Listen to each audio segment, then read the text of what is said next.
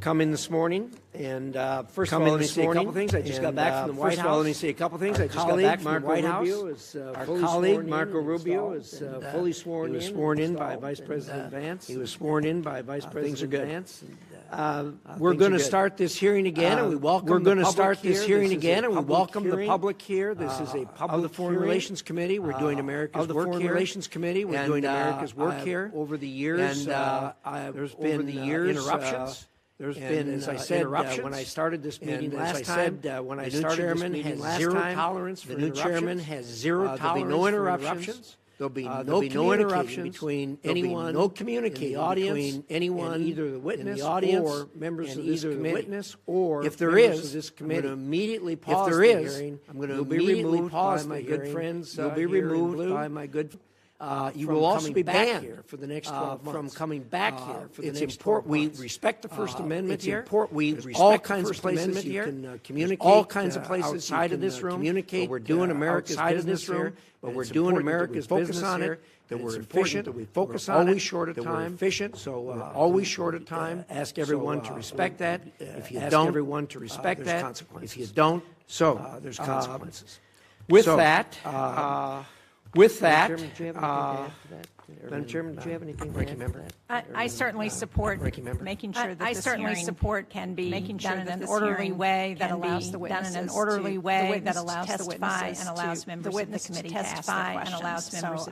ask their questions. So I support the chairman's efforts. Well, thank you very much, and with that, I'm going to make an opening statement. With that, I'm going to make an opening statement to the ranking member to make an opening statement. To the ranking member to make an opening statement. We then have some distinguished colleagues. We then have some distinguished colleagues to introduce.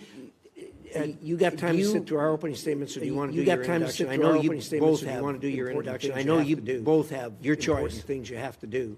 Your choice. Let our colleagues go, Mr. Chairman, if I may speak. Let our colleagues go, Mr. Chairman, if I may speak. Let our colleagues go. Don't do that to them. Don't do that to them. It's not that we want you out. Can we go? Shelley, go ahead. Thank you. Shelley, go ahead. Thank you, Chair Risch and Ranking Member. Thank you, Chair Risch and Ranking Member. And I want to thank my good friend to the committee, and I want to thank my good friend today, Elise Stefanik, for honoring me today to have the privilege to introduce her. I also want to say what a privilege it is to share the podium. Say what a privilege it is to share the podium with my friend Tom. Congratulations also to both of you. Your positions congratulations also to both of you. It is truly an honor to be here to introduce someone. It is truly an honor to be here to introduce someone. The job she has been selected to carry out. The job she has been selected to carry out for President Trump is not an easy one.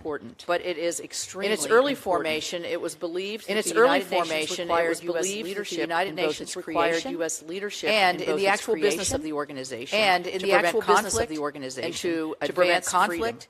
But lately, advance freedom. When many of us look at the United Nations, this body that is meant to advance values, body that is meant to advance human dignity. And freedom, we don't see those and human dignity reflected. We don't see those American values reflected. We see rampant anti-Semitism against the world's only anti-Semitism against as the world's only Jewish from all directions. As it faces attacks we see oppression and aggressive autocrats. We see oppression and aggressive autocrats celebrated to leadership positions. And elevated to we see China, positions. Russia, and Iran. We see China, Russia, and Iran. The values of peace and freedom that not the values of peace and freedom. It is clear that the need to reestablish U.S. leadership we need to do that. I cannot think of anyone need to do that. I cannot think of more ready to fulfill that role. Or more ready to fulfill that role than my friend. I've known Elise for several years. I've known Elise for several years in public service, and I am excited to highlight her qualifications. And I am excited to highlight her qualifications for which she has been nominated. For this important role. As a member of the House of Representatives, she has shown as a member of both the Armed Services and Intelligence Committee, she's shown an exceptional command she's shown an exceptional command of national Elise understands the dangerous world. Elise understands the dangerous world and the growing threats. And she has the strength and the skill. And she has the strength to reassert U.S. leadership on the world stage. To reassert U.S. leadership on the world stage. That needs moral clarity and leadership. That needs moral clarity and leadership now more than ever. That moral clarity has shown by exposing moral clarity. She has shown her moral clarity by exposing anti-Semitism on our anti-Semitism she has shown that moral clarity. She has shown by posting on social media every single day about the innocent day, innocent hostages taken by Hamas, innocent hostages taken by Hamas during the horrific attacks of October the 7th, days later. More than 450 days later. The United Nations is a tough place. The United Nations is a tough place. From New York. But Elise has never backed down. At the time of her first congressional election, she was the youngest Congress in the United States elected to the Congress. She went on to become the youngest woman ever. She went on to become the youngest woman ever to serve in elected skillfully, and she will confidently and skillfully for all of the American people and for all of the American people at the United Nations on a personal level. Additionally, Elise is a good mother. You can see her son. Elise is a good mother back here, and she's such a good mother that they have Legos on the whole. Such a good mother that they have Legos on the whole. A great wife, ready to go. A great daughter. A great wife. And a wonderful friend. A great daughter. Her steady hand and genuine caring nature. Her steady hand and genuine caring nature. Combined with exactly that person that President Trump exactly and our nation needs, that President Trump and our nation needs. I look forward to voting to support her. I look forward to voting to support all of you when I have the chance, and I thank all of you for the opportunity to have her. Thank you very much, Senator Capito. Well said. Thank you very much, Senator Capito. Well said. Mr. Chairman, Senator Shaheen, colleagues, Chairman, it's my honor to join Senator Capito. It's my honor to join Senator Capito today. Elise Stefanik is the nominee for Ambassador. Stefanik is the nominee. Elise has an outstanding record of fighting for American interests at home and abroad, and I urge members of this committee to hopefully unanimously to confirm her swiftly. United Nations today has many problems. United Nations chief among them are communist. Chief among them are an incessant Chinese influence and incessant weeding out anti-Semitism to opposing harmful Chinese and Russian policies must help restore sanity. Must help restore sanity. And I can think of no better person for this role than Elise. And I can think of no better person for this role than Elise. She has unapologetically stood up to our adversaries and will do the same. As a senior member of the House Armed Services Committee and the House Armed Services Committee, Elise understands the stakes of our competition with communist China. She helped stand up the China Task Force in the House. She helped stand up the China Task Force in the House, which later became the bipartisan Communist Select Committee on the Chinese. She also led comprehensive legislation. She also led comprehensive legislation in the United States. Deter China and strengthen. I've had the privilege of partnering with Elise. I've had the privilege bills, including one to ban Chinese-owned tutoring companies, and another at our Department of Chinese drones, and another to counter Chinese drones. I'm also confident in Elise's ability to stand up for Israel. I'm also confident in Elise's ability to stand up for Israel. Often against the United Nations, often blatant. She has long advocated for billions of dollars for Israeli capabilities, billions of anti-tunneling technology, and critical anti-tunneling technology. Presidents, her questioning of college of Jewish students set off shockwaves of Jewish higher education, resulting around higher education of the Harvard and University resignation of the Harvard and University of Pennsylvania. She's also been a tireless advocate. She's also been a tireless advocate for hostages. Elise has dedicated her career to public service. Elise has dedicated her career to public service. In the Bush White House. She started out working in the Bush White House before joining Congress to serve the people of constituents. She's best known for working across the aisle. She's best known for working across the aisle New Yorkers to improve at the UN. I know that she will continue. At the UN, I know that she will continue. I commend President Trump for this nomination. I commend President Trump for this nomination, and I'm grateful to Elise for once again. I'd also like to thank her family, whose steadfast support. I'd also like to thank her family, whose steadfast support. Elise has her husband Matt, or parents to their 3-year-old son Matt, or parents to their 3-year-old son, who is apparently departing at this very moment. Who is apparently departing at this very moment. I'm sure that one day Sam will. I'm sure that one day Sam will look at this moment with much to be proud of. Even much to be proud of. Like my boys, he thinks it's mostly boring. Like my boys, he thinks it's mostly boring politics. So today I'm here to happily and proudly offer my strong happily and proudly offer my strong public servant to this dedicated public servant, our next ambassador to the United Nations, our next ambassador. She's the right person for the job. Stefanik. She's the right person all of my colleagues on the committee. Encourage all of my colleagues on the committee and the Senate promptly process her nomination unanimously. Promptly. Thank you, Mr. Chairman and Senator Shaheen. Thank you, Mr. Chairman and Senator Shaheen. Senator Cotton, and again, well said. Senator Cotton, and again, so both of you, I know you've got things. So both of you, I know you've got things that you've got to attend to. We appreciate you. Appreciate you coming. We appreciate you and appreciate you helping us out. And helping us out. Representative Stefanik, Representative, welcome to our committee. Welcome to our committee. Kind and generous most of the time. You'll find us kind and generous. Look forward to hearing from you. Look forward to hearing from you. Senator Shaheen and I are going to make a few remarks. Senator Shaheen and I are going to make a few remarks. What you have to say. First of all, let me start by saying there is great difficulty. First of all, let me start by saying there is great difficulty at the United Nations. And I'm confident President Trump's nominee and I'm confident bring much needed change. Nominee can help bring much needed change. This is widely recognized. This is widely recognized. People here on the Hill both made reference to it. I know you're well aware. Both made reference to it. One of the unfortunate you're well aware. Maybe this hearing. One of the unfortunate things is the vast majority will help the United Nations from its and how it is strayed from its original. There is great difficulty there. There is great difficulty. I think that we need significant change. We need, as threats from China, Russia, as threats from China, Iran, Russia, continue to grow. North Korea and Iran continue to grow. Stefanik, your position will be at the heart. Stefanik, your position of the U.S. efforts to stand up to the authoritarian acts, stand up to the authoritarian acts, to undermine the United States. To undermine the United States, to ensure at every turn, and allies, and to ensure also partners and allies. I know you're also doing their part. The UN was founded to be the UN was founded for peace and stability in the world, for peace and stability in the world. An admirable goal. Since its founding, the United States has helped shape the UN. The United States has helped shape the UN. Supported it in dollars and lots of dollars and lots. And in States remains the largest funder. The United States remains the largest funder. We pay 22%. We pay 22%, and we pay 25%. And we pay 25%. And what have the American people gotten for these? And what have the American people gotten? They have for these investments. Complete dysfunction at the UN. Complete dysfunction at the UN of right and wrong. Warped sense. In place of needed reform, the U.S. is constantly. In place of needed reform, the U.S. is constantly. But over time, the organization has drifted. But over time, the organization has drifted farther away, putting American national security, putting American national security in jeopardy.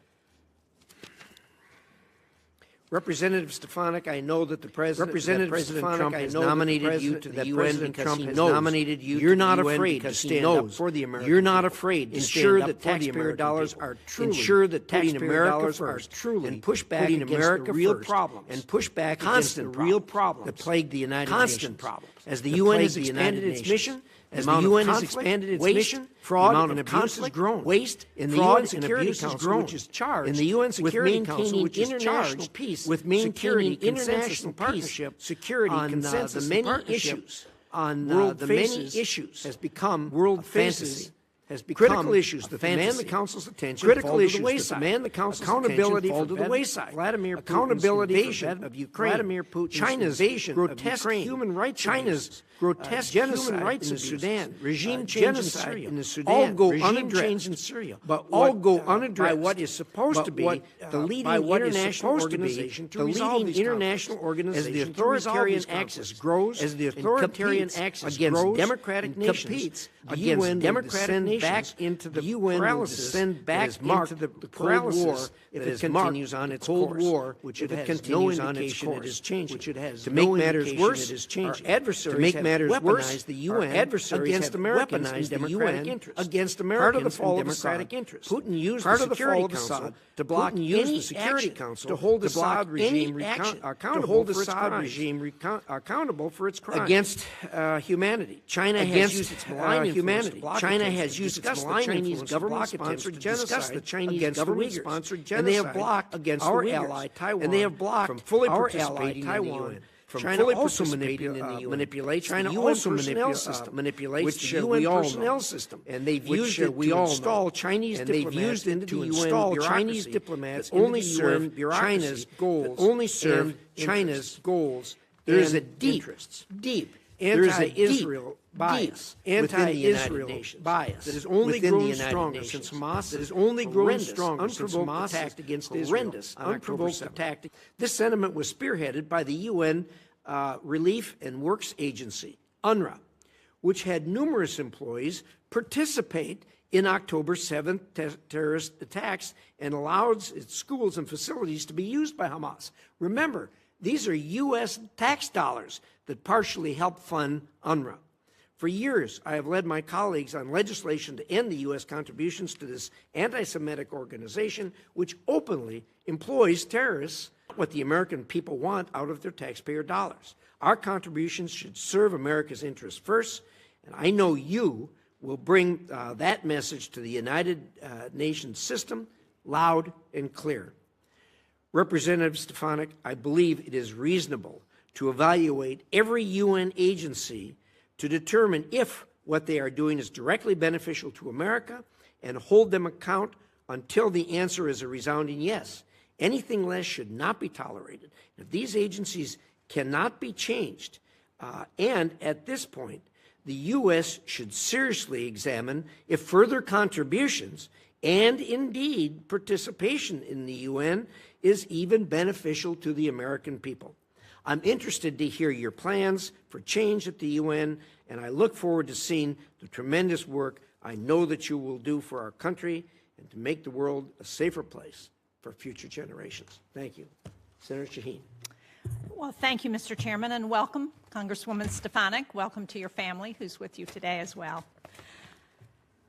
Now, whether fighting the spread of infectious diseases or stemming the flow of fentanyl that kills Americans, combating transnational crime that costs Americans billions of dollars, negotiating political settlements to dangerous conflicts, the work of the United Nations directly affects Americans all across this country. We benefit from UN peacekeeping missions that would otherwise fall to the American military. We are better off because of efforts to stabilize societies and provide life-saving assistance in places like Sudan, Syria, and Ukraine. And we don't just do this out of the goodness of our hearts. We fund these efforts because they make Americans, as Secretary Rubio said in his, and competitors will. Representative Stefanik, welcome again to this committee. Congratulations on your nomination to be U.S. Ambassador to the United Nations. From working in the Bush administration on the Domestic Policy Council to being the youngest woman elected to Congress, you have strong credentials and the relevant experience for this role. But today I'd really like to hear your vision for the United States at the United Nations. I've certainly taken note of the skepticism in the United Nations expressed by others in the incoming administration and also expressed by your introducers today and Chairman Risch. In the past, you have voted to defund the United Nations and its specialized agencies. Certainly, I would agree that the United Nations is an imperfect body, but the UN is also a force multiplier of American taxpayer money, something our adversaries want, especially Russia and China, and dangerous adversary. And Beijing's contribution to the UN is almost 7 times what it was 2 decades ago. China has had great success increasing the number of nationals employed at the UN, and so when we cut back, they are ready and very eager to fill that void. Under the first Trump administration, the U.S. withdrew from UNESCO, an agency that, among many things, combats anti-Semitism and establishes international technology standards that affect our industries. When we stepped back, Beijing stepped in and is now UNESCO's largest financial contributors. So I'm really interested in your thoughts on how the U.S. can compete with China across every United Nations agency. One agency at the UN that I think is particularly important is the UN Population Fund, or UNFPA. Globally, 1 in every 5 girls is married before reaching age 18. Too many girls in too many countries, as you know very well, face female genital mutilation and forced child marriage. UNFPA provides critical reproductive and maternal care. It reaches 3 times as many countries as our bilateral family. It is the main provider of life-saving reproductive health supplies. Things like childbirth delivery kits that reduce infection for women giving birth outside clinical settings. I believe its work is irreplaceable. Now, if confirmed, I hope we can work together to advance United States interests at the UN. Because when the United States takes a leadership role at the UN, Americans and people around the world are better off. Congresswoman Stefanik, and hearing her views. Thank you so much, Senator Shaheen. And Representative Stefanik, the floor is yours. Chairman Risch, Ranking Member Shaheen, distinguished members of the Senate Foreign Relations Committee, thank you for the opportunity to appear today. I would also like to thank the senators from both sides of the aisle who met with me over the past several weeks. It is the honor of my lifetime to earn President Trump's nomination to serve in his cabinet as U.S. Ambassador to the United Nations. If confirmed, I stand ready to implement President Trump's mandate from the American people to deliver America First, peace through strength, national security leadership on the world stage. Before I begin, I'd like to personally recognize my family. We all know in public office that we would not have the opportunity to serve were it not for the support of our loved ones. I'd like to begin with my mom, dad, and brother, Melanie, Ken, and Maddie. My dad was here with me today, and my mom and brother are watching closely from upstate New York. There is no question that I would not be here without their lifetime of unconditional love, support, and encouragement, and for that I am forever grateful. I also want to thank my incredibly supportive husband, Matt, who is also here, and of course, most importantly, our pride and joy, our 3-year-old son, Sam, who made his debut in the U.S. Senate. He is comfortable on the House side, it's new in the Senate, so thank you for the warm welcome. Sam is by far our greatest blessing. Of all the titles I have held, Congresswoman, Chairwoman, Representative, or Ambassador if confirmed, my most important title will always be Mom. I appear before you today as a daughter, sister, wife, mother, Congresswoman, a patriotic upstate New Yorker, and a proud American. I believe deeply in the American. I was born and raised in upstate New York, the cradle of the American Revolution. I grew up in a small business family where my parents instilled in me the importance of hard work, ingenuity, and grit. I was blessed to be the first member of my immediate family to have the opportunity to graduate from college.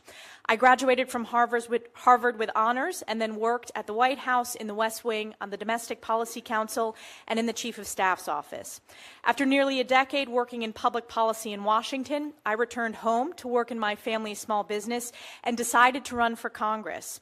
In 2014, I was elected to Congress, making history as the youngest woman ever elected at the time.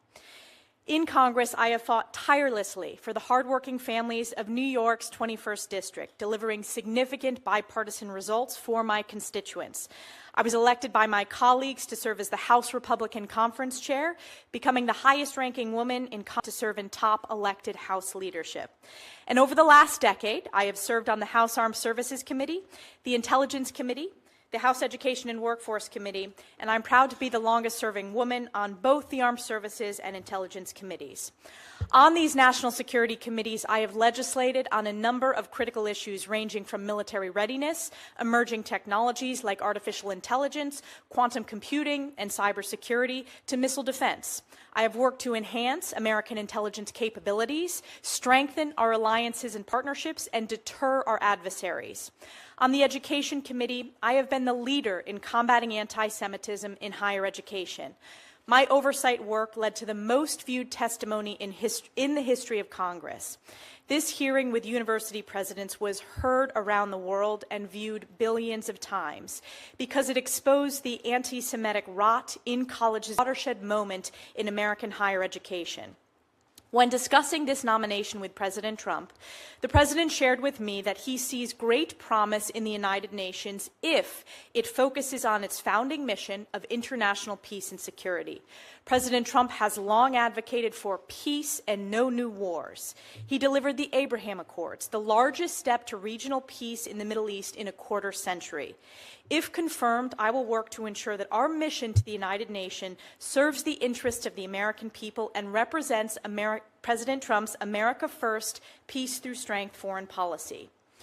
As the world faces crisis after crisis, with hostages, including Americans, still held in Hamas's captivity, to national security challenges ranging from China, Russia, North Korea, and Iran, it has never been more critical for the United States to lead with strength and moral clarity.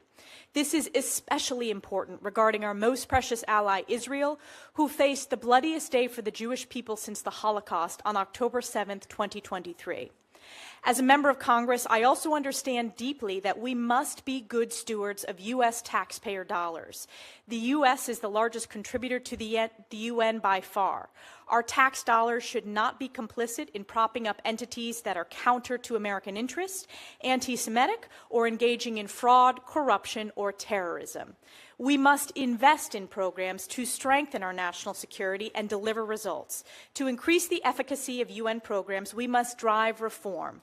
If confirmed, I will be the first UN ambassador in over 2 decades to come directly from Congress, and I have deep respect and understanding of the oversight and appropriations role of the legislative branch, and I look forward to using my strong House and Senate relationships to deliver these much-needed reforms. We are truly at a critical point in history. The world must be reminded of the key mission of the United Nations and America's role as its formative leader. Following the devastation, carnage, and Holocaust of World War II, the world was desperate for peace, stability, human rights and dignity, and world order. As outlined in Article 1, Chapter 1 of the UN Charter, the purpose of the United Nations is to maintain international peace and security, develop friendly relations among nations based on a shared respect for the principle of equal rights, solve international problems, and harmonize the actions of nations in the attainment of common ends.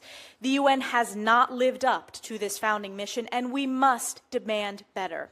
It is imperative to ensure strong American leadership at the United Nations. I share President Trump's vision of a UN reformed by strong America first, peace through strength, and a return to this founding mission of promoting peace and security around the world. In closing, I will forever be grateful to my constituents in New York's 21st District for giving me the opportunity to serve them as their voice at the highest levels of Congress. 10 years ago, upstate and North Country voters took a chance on a young, first-time, unknown candidate who very few believed could win. So I just want to thank the hardworking families, small businesses, farms, law enforcement officers, military families, veterans, seniors, so many with whom I've had worked so closely to deliver results on behalf of our communities. Thank you especially to my extraordinarily dedicated staff in both the district and in Washington offices for serving tirelessly for the past decade. If confirmed, my family and I are excited for this next chapter to serve on President Trump's cabinet in this role, and I commit to the American people that I will work my very hardest in the coming years to lead with moral clarity and American values. Thank you, and I look forward to your questions. Thank you very much, Congressman. We appreciate those remarks, and what we're going to do now is we're going to do a round of questions. We're going to do 5-minute questions. The ranking member and I have discussed that and agreed to that. That doesn't mean that doesn't mean it's going to end it. We're going to attempt to do another 5-minute round for those who are anxious to have more questions answered. So with that, let me start. President Trump has always insisted on and has certainly talked to us about, and that is the fact that the founding mission of the UN is such a bright and brilliant light. The difficulty is the execution of their mission bears no resemblance. And we have in the past, and I hope in the future, rely more and more on doing bilateral and multilateral agreements with other countries without the United Nations, and to perform some of the things that the United Nations is attempting to do ourselves. We're the United States of America. We can do anything. And Accords. The Abraham Accords are probably going to be looked at in history as a turning point in the Middle East. It was done under President Trump last time. It was President Trump's administration who was the leading force on this, and the United Nations had absolutely nothing to do with it. And it is a great success in the Middle East, or a place where you see very few great successes. So we can do these things. We put a tremendous amount of money into the United Nations to do things that we can do. For instance, feeding folks. We do a lot of it ourselves through USAID, but we do a lot through the UN. In doing that, the UN has hired, for instance, UNRWA to do it, an organization I don't want anything to do with. I don't want any connection to UNRWA, and yet here we are working with them.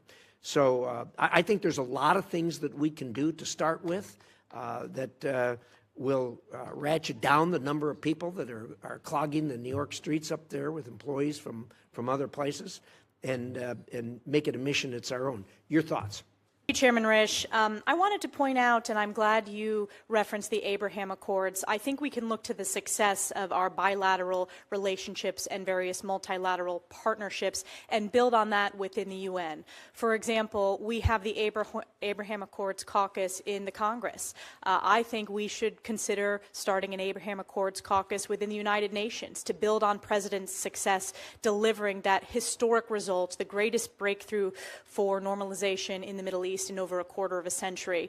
I do share your commitment, Chairman Risch, to being good stewards of U.S. taxpayer dollars and ensuring all of our investments to any foreign policy strategy, and this goes hand in hand what Secretary Rubio testified, and doesn't make America more prosperous. So I hope to work for reform and ensure that each dollar is going to strengthen our national security, which typically have strong American leadership and voluntary funding. One example is the World Food Program. This committee in both chambers of Congress, and it's supported by the American people.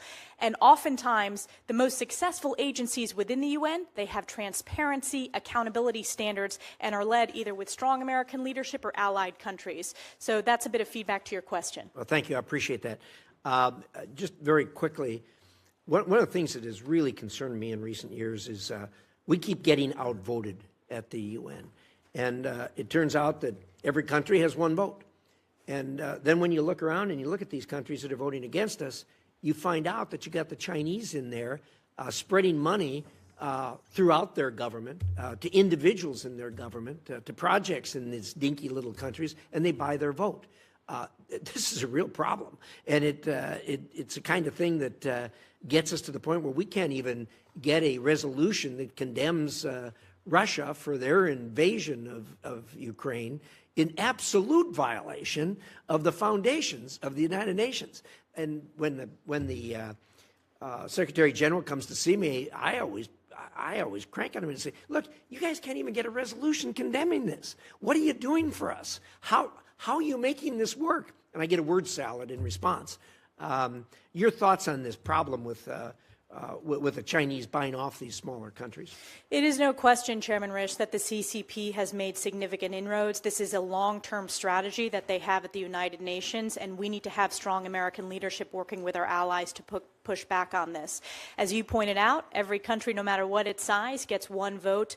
I believe we need to have a strategy to push back, particularly on the CCP's inroads within the global south and even within the Western Hemisphere. I think we need to build on our, as you said, bilateral partnerships and make sure they understand the importance of a two-way partnership with the United States. I also think that the personnel strategy of the CCP has been of particular concern within the UN. Clearly. China has made inroads in placing CCP leaders and Chinese diplomats in positions as head of various sub-UN agencies, but also at the most junior level. So we need to have a human capital strategy working with our allies to push back on that. I appreciate your thoughts in that regard. And I certainly have no objection to countries having a vote. What bothers me is that the corruption and the fraud when the Chinese buy off that vote with money is just flat wrong. Thank you for your thoughts. Senator Shaheen. Thank you. Again, Congresswoman Stefanik, welcome, and thank you for your willingness to continue to serve this country and for your past service in the House. While I think we would all agree that the UN is not perfect, it is a force multiplier for the U.S., and it's a prime example of global burden sharing in times of crisis. I was pleased to see that the Trump administration will maintain this position, U.S. Ambassador to the United Nations, as a cabinet-level position. Now, you've talked a little bit about this already in your responses, but how will you make sure that the work of the UN is understood to help advance U.S. interests around the world? And more important, how can you help convince members of Congress who are skeptics that our contributions and leadership in UN agencies must continue in order to prevent China, Russia, Iran, and other U.S. adversaries from assuming these roles? Thank you so much, Ranking Member Shaheen. I appreciated our opportunity to visit ahead of time. I will start with your question related to how we convince the American people and elected officials of the importance of investments. I think, as I pointed out to Chairman Risch, doing a review of all of our dollars going into various UN agencies and looking at what are most effective. Typically, UNICEF is another example, in addition to World Food Program. We voluntary commit, it maintains bipartisan support, and it delivered significant results for millions around the globe, and it strengthens our national security. So when it comes to those key questions, does it make America safer, stronger, and more prosperous? I believe those are examples of programs that do. I clearly think there are certain programs that are not meeting the mission of the UN, the founding principles. UNRWA is an example, and we will likely have a policy disagreement upon that. But I think we need to roll our sleeves up, deliver reforms, and make sure that our dollars are going to programs within the UN that work, that have a basis in the rule of law, that have a basis in transparency and accountability, and strengthen our national security and our partnerships. Well, thank you. I would point out that right now we're not funding UNRWA. Absolutely, and I voted to defund UNRWA. One of the things I talked about in my opening statement was UNFPA. So the opportunity to provide family planning, maternal health care, midwife training, interventions to halt child marriage, to address the practice of female genital mutilation, and to help ensure healthy families. Will you commit to personally reviewing UNFPA's work before the administration makes any decision about invoking the Kim Kasten law? Yes, if confirmed, I am committed to doing a review, as I said, across the UN programs, but specifically UNFPA. I think it's very important that we do a full review, as the President announced the executive order today as well regarding all of foreign aid, and I would make sure that we are being good stewards of U.S. taxpayer dollars. I do want to point out I have a very strong record when it comes to standing up for women's health issues, particularly addressing maternal mortality rates, addressing pre- and postnatal care, addressing infant malnutrition, and I think that is very important, and that you have my commitment to do that review if confirmed. Well, thank you. I appreciate your record on that, and I think it's very important to remind everyone that women make up half of the world's population, and we need to do what we can to ensure that their health is also protected.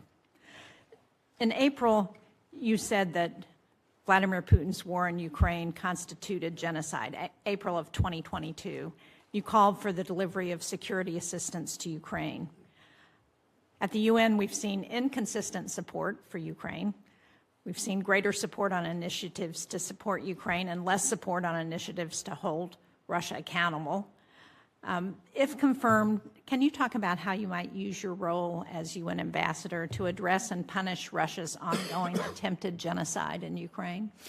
I support President Trump's commitment to bringing this war to a resolution, to stop the killing, and he campaigned on that issue, and he feels very deeply, and I support that. And I believe it falls squarely in line with the founding mission of the United Nations to bring international peace and security. If you look at my record over the course of my time on the House Armed Services Committee and the House Intelligence Committee, I have a very strong record when it comes to deterring Russia, pushing back on Russia, including during President Trump's term, voting for defensive lethal aid to Ukraine.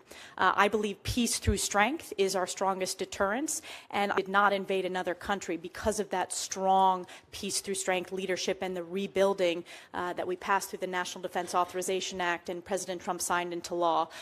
So I think our effort should be my effort will be supporting President Trump's mission to bring that to a resolution and to deter Russia in the long term. And so how do we hold Russia accountable for some of the human rights abuses that have happened in Ukraine, for their destruction of infrastructure in the country, for the lives that are lost? Clearly, this is a war that is only Vladimir Putin's initiative that has started. So Are there things we can do at the UN that will hold Russia accountable? Certainly, it's going to be important to support President Trump's approach with his special envoy to address and bring that to a resolution. And I will work with the National Security Council and my colleagues in the cabinet who sit in the national security spaces to use this position at the United Nations to support his strategy and give him maximum flexibility to bring this to a resolution. Thank you. Thank you, Mr. Chairman. Thank you. Senator Ricketts. Thank you, Mr. Chairman. Congresswoman Stefanik, welcome to the committee, and thank you very much for stopping by my office so we could have a chance to talk before this committee. And I really appreciate your service to our country and look forward to the strong credentials you bring to the table to be our UN ambassador. Winston Churchill said that the UN was set up not to get us to heaven, but only to save us from hell. And we've talked about the corruption that's going on there, the mismanagement, the rot, and so forth. And you've mentioned already this concept that we have to have reform there. That's going to be very important. And we've also talked about how much American taxpayers put into the UN, $18 billion a year.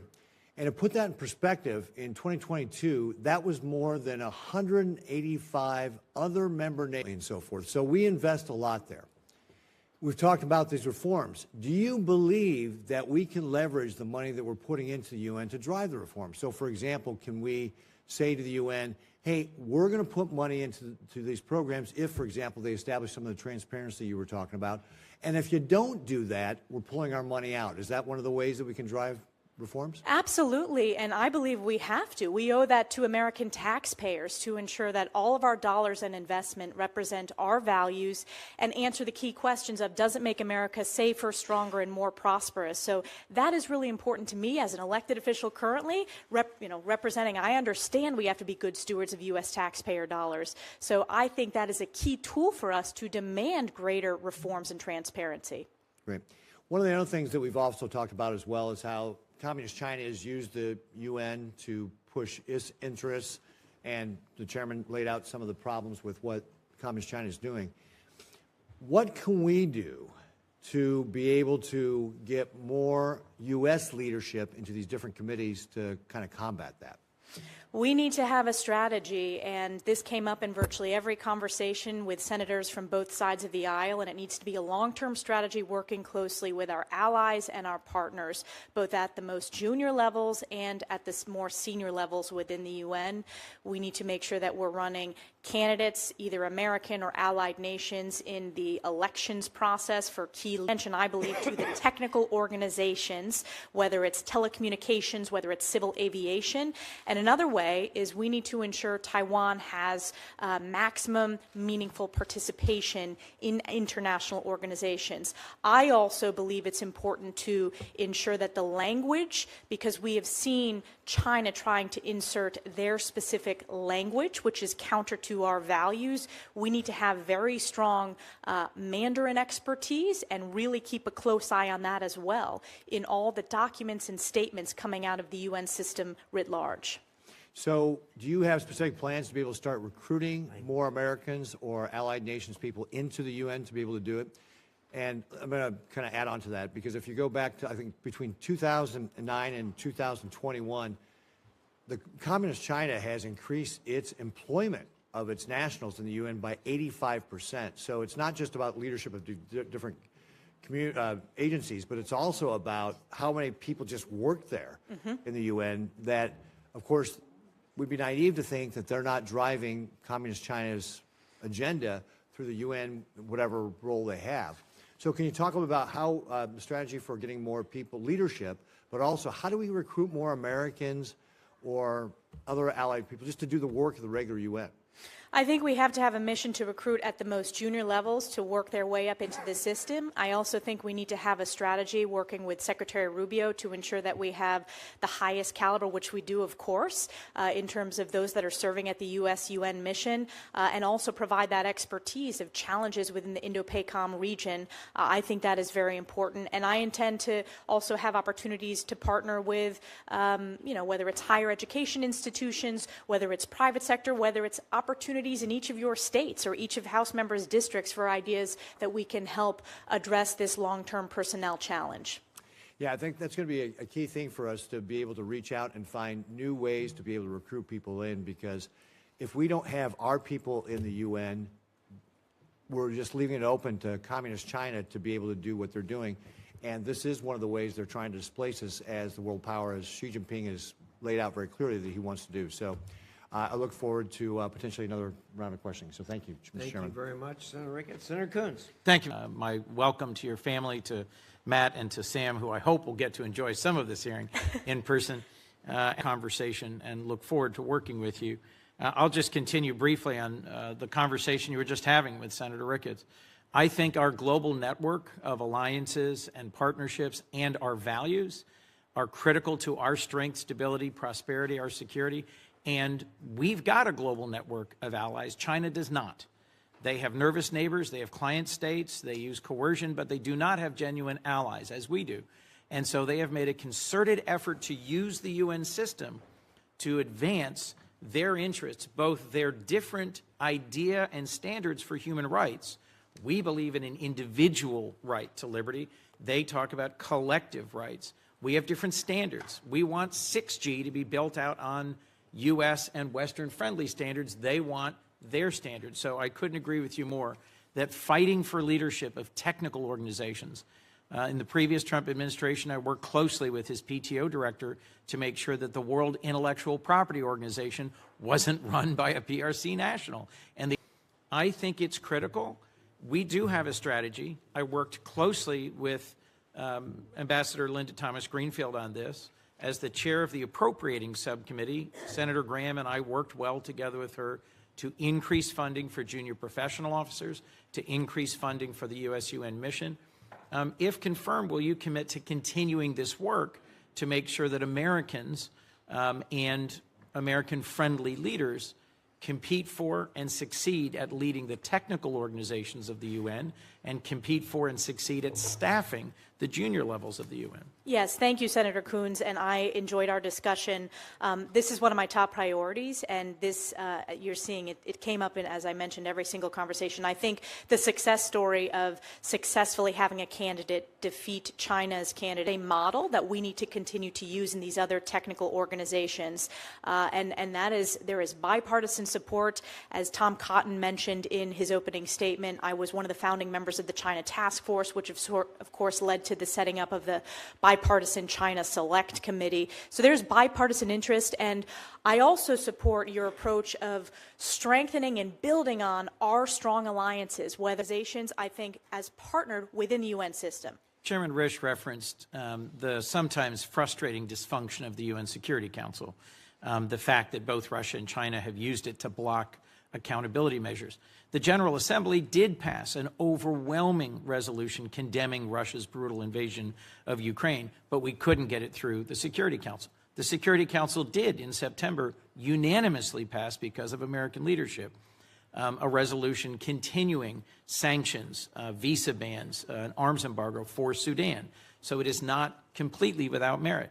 But one of the things the Biden administration advanced was UN Security Council reform to broaden its membership, as you referenced, to include the Global South and to try and move the Security Council more into a functional body. What are your views on what you should do to continue that agenda? Certainly when it comes to UN Security Council reform, it is very complex. It is very challenging with both Russia and China and the veto on the P5. I would want to work with this committee and, of course, the President primarily on any proposals for UN Security Council reform. In my opening statement, when I was referencing reforms, I was mostly talking about ensuring that all of our taxpayer dollars are going to UN entities that function very well. But I am open to having conversations about how to make it work better. I think we need to have a broader strategy reaching out to countries within the Global South where China's made significant inroads. They've done it by building ports. They've done it through telecom. It's really been a whole-of-government approach. And it's obviously not the UN alone. It's working with Secretary Rubio. It's working with USAID, working with USTR, and significant economic investments that are happening in various Don't forget the other DFC. countries.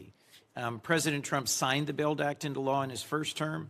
The Development Finance Corporation is a critical tool in our toolkit. Before I conclude, I just want to raise my profound concern about an executive order signed yesterday by President Trump that puts a 90-day pause on all development assistance without clarifying the scope of that.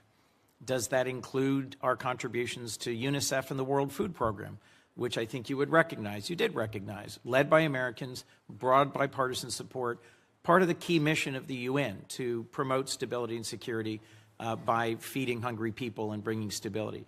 Does that include USAID's support to Ukraine's energy grid as Putin continues to hammer civilians through attacks on the energy grid? AID's support for getting energy back online in the midst of winter in Ukraine is pretty critical.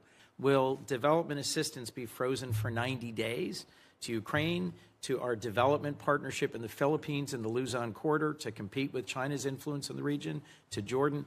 I hope we can work together to get some clarity, and I hope where there are obvious partnerships that do advance American national interests, that they will move forward quickly. Thank you. Thank you, Senator Coons. Thank you, Senator McCormick. Congresswoman, it's good to see you again.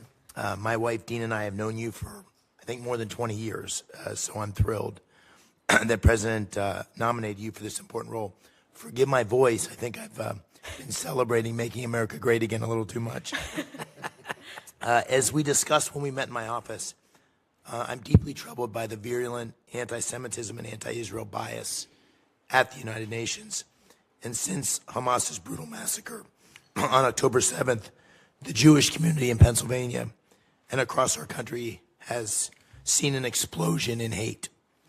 As you know, this is not theoretical for me and for Dina. We live in Squirrel Hill in Pittsburgh, where we had the Tree of Life tragedy, and a painful reminder of where that hate can lead. In Congress, you've done an incredible job of pushing back against anti-Semitism in our nation's institutions. You exposed the presidents of the 3 leading universities for that. I was one of the first to call for the firing of the president of UPenn because of the tough questioning that you forced her and other presidents to leave office. I'm confident you can bring that same fire and effectiveness and leadership to the UN.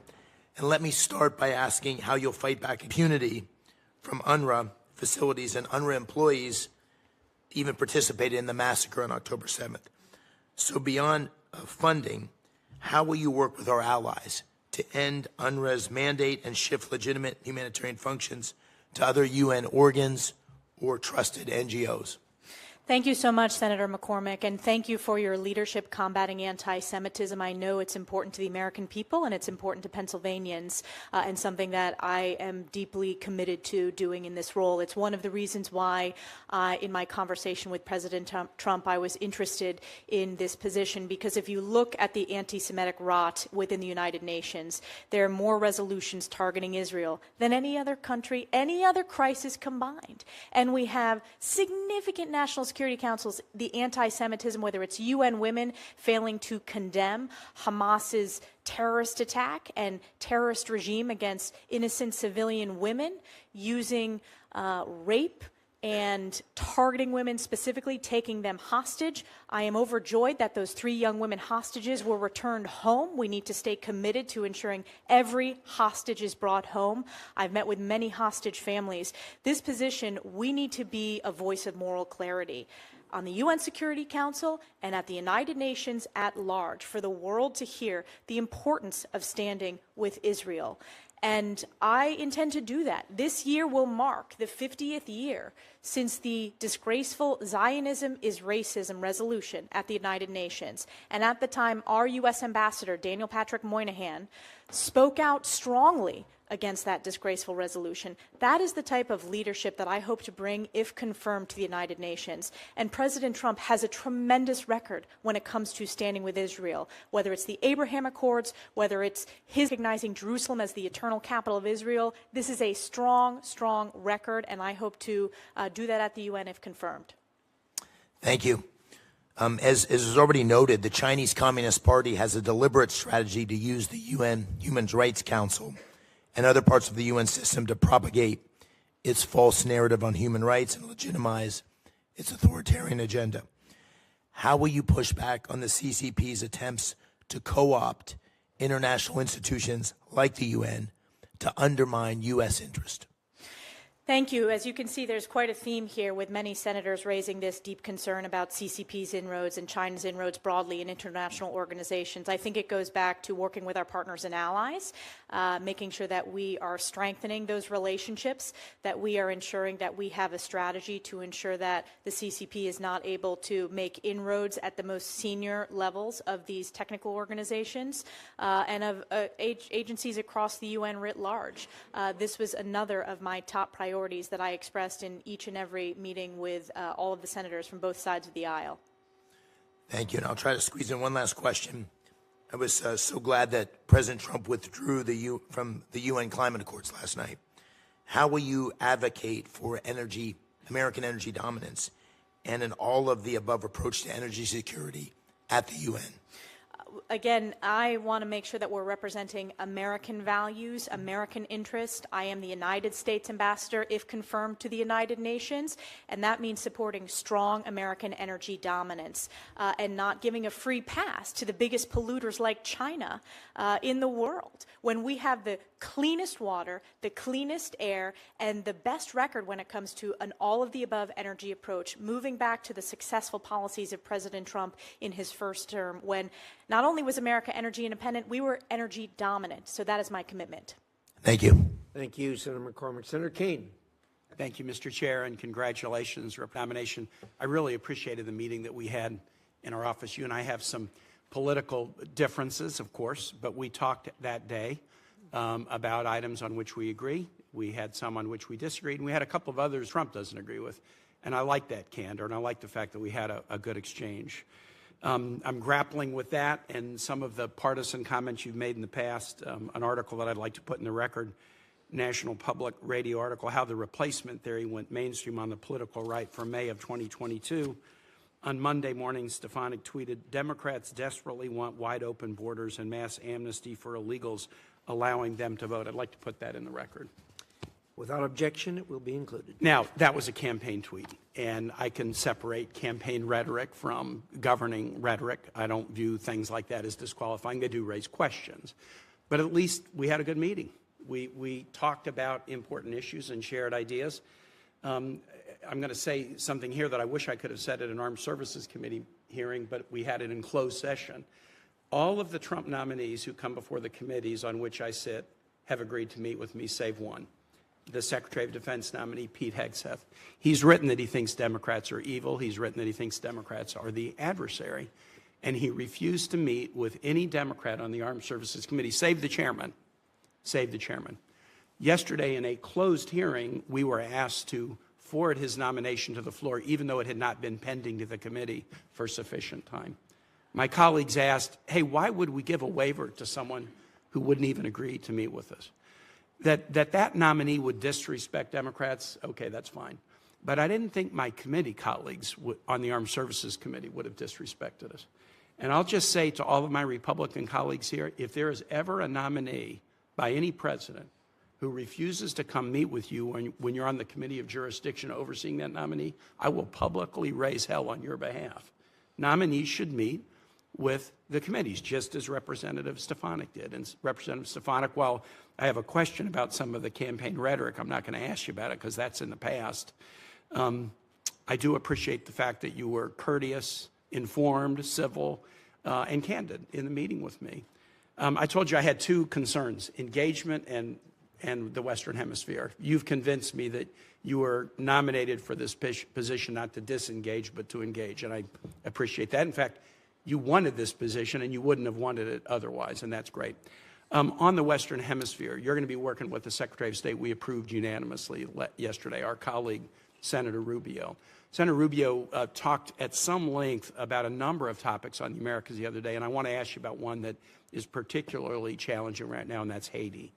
The situation in Haiti is a disaster. You know that. I mean, you've been on these committees overseeing American national security, and you know that issues like Haiti create immigration challenges and all kinds of other allies like the Dominican Republic can cause problems for us.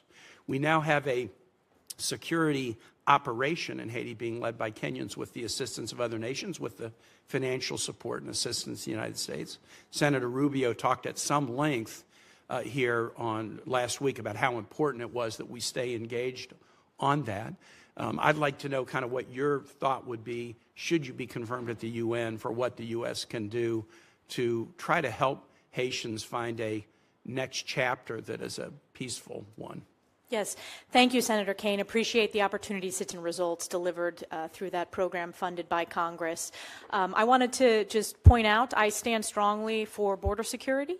And that was what the tweet you referenced was related to. And I would point out that in the sector that I represent, the Swanton sector, there was a Border Patrol officer killed in the last 24 hours. Are there any Democratic senators that you think are for open border and mass amnesty for illegal undocumented Well, people? I would point out that Democratic think tanks and rhetorics have talked about... I'm asking about senators. Any Democratic senators you would level that charge against? I think there are Democrat senators who have supported open borders. What I was doing is clarifying when you pointed out a headline from an article. Not a headline, a quote of yours. Which was related to border security, and we just had an overwhelming popular vote for President Trump where border security was top of the mind. Well, I think it's important to know, I do stand by my rhetoric standing up for strong borders, and the American people overwhelmingly support that. Related to your question related to Haiti. My time is over, so let me just conclude and say this. When I've been on this committee and in the Senate, I was part of a bipartisan deal that put $46 billion of border security on the table that the House Republican majority killed, and another deal that put $25 billion of border security on the table in 2018 that President Trump killed.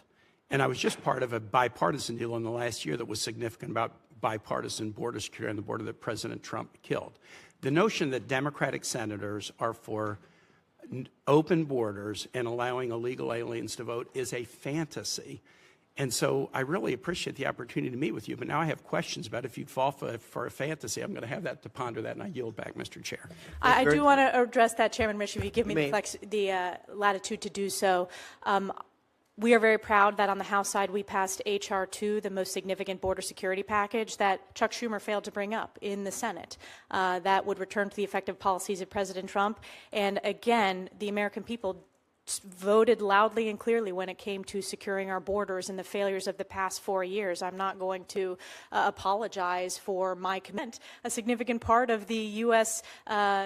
Major sector, the Swanton sector, we've had a skyrocketing of illegals crossing there. On the issue of Haiti, which I think is important, and it is a bipartisan concern, obviously it's a humanitarian significant challenge in our hemisphere. Working with Secretary Rubio, we need to have a strategy. I'm deeply concerned. It is very complex. There is no simple solution, and that is an area where we need to continue to have discussions with the committees of oversight. I'm very concerned on the Intelligence Committee briefings I've received about the crisis in Haiti, so I look to work with Secretary Rubio to support his commitment to the Western Hemisphere, specifically the complexities of the humanitarian challenges within Haiti. Senator Hagerty. Thank you, Mr. Chairman. And Congressman Stefanik, I just want to congratulate you for being here. I'm very pleased to see your nomination to be the next ambassador, the next United States ambassador to the United Nations, and I look forward to working with you very closely. Before I get into specific questions, I'd like to just ask you a very broad one in terms of what your vision is for the U.S. mission to the United Nations, and in terms of our posture at the outset going in, and then where you'd like to see it 4 years later. Thank you so much, Senator Hagerty. It is great to have worked with you over the past few years and your expertise, both having served as an ambassador in the first Trump administration and your incredible work in the U.S. Senate on this committee. My vision is making sure that we're supporting President Trump's America First, Peace Through Strength agenda, that we are good stewards of U.S. taxpayer dollars, and that we return to the founding mission of the United Nations, which is international peace and security, very much aligned with President Trump's commitment to peace and no new wars. I think there are reform opportunities that we need to work with. This committee, hearing after hearing with various ambassadors, have talked about reforms. I want to roll up our sleeves and get it done, demanding transparency and accountability, actually having the answers of where each taxpayer dollar goes within the UN, which, as Chairman Risch has referenced in previous hearings, we haven't not gotten the answer to because there's not that amount of transparency. Standing with Israel is pushing back on the CCP, and then strengthening our partnerships and allies, working with Secretary Rubio to make sure that his reform vision for the State Department, that, as he said in his hearing, this is not about reforming, it is about improving over the long term. We want to improve to deliver results. Well, I appreciate that very much and look forward to working with you in multiple respects to make that happen. One of those areas will be through our commission to modernize and reform the State Department, that I look forward to working with Senator Coons as we co-chair that effort. Let's get to a couple of specifics. Senator McCormick touched on this. I'd like to drill a little bit deeper into UNRWA. This is a particularly problematic organization, in my view. Long before the October 7th Hamas massacre took place, I've been calling for the United States to cease funding UNRWA, to send a very strong message. It's been well documented that UNRWA's textbooks teach children to glorify the murder of Jews. Hamas employs UNRWA facilities. They build their own tunnels and facilities underneath them. UNRWA employees even actively participated in the massacre on October the 7th of 2023. In January 2021, the Trump administration announced that less than 5% of people registered as refugees with UNRWA actually met the internationally recognized criteria for refugee status. That demonstrates that UNRWA is a fundamental mechanism through which this Israeli-Palestinian conflict is perpetuated. President Trump rightfully stopped sending U.S. taxpayer funds to UNRWA. President Biden decided to reinstate funding without insisting on significant reform. And I was quite disappointed by that. Congress was correct, I believe, in defunding UNRWA last year. I believe the prohibition should be permanent. And my question for you is address U.S. taxpayer funds having gone to an organization like that has been directly complicit in terrorism in the October 7th, 2023 attack. We should never tolerate any U.S. taxpayer funds going towards terrorism. As in my question with the ranking member, Shaheen, I was one of the members that voted to defund UNRWA. I was one of the leaders in standing for that important appropriations vote, which there is a bipartisan consensus on, with significant members, Republicans, as well as some Democrats who voted to defund it. I think we can look to organizations within the UN system, such as UNHCR, such as the World Food Program, working with USAID, which are proven organizations. They still need, reform efforts and modernization, but don't have the terrorist ties that UNRWA had, particularly that were exposed during the October 7th Hamas attack against Israel, whether it was Hamas's leader Sinwar carrying an UNRWA teacher's passport, or whether it was the UNRWA office above a Hamas data center, or individuals within UNRWA who participated in the terrorist attack against Israel on October 7th. So that I fully support the president's commitment to defunding, and I'm proud to have voted for that in the Congress. Great. Well, I have several more questions, but I just want to touch on one last one very quickly, and that has to do with accountability at the World Health Organization. You take into consideration the concerns around the COVID pandemic, what happened there, the WHO role there. President Trump, I believe, rightly withdrew us from supporting and funding WHO. President Biden put us back into that, into being a funder. In fact, the largest funder, $1.3 billion so far to that organization from United States taxpayers. What are your thoughts on the accountability that we've received so far, and where would you like to take that? Thanks. I support President Trump's decision to walk away from WHO.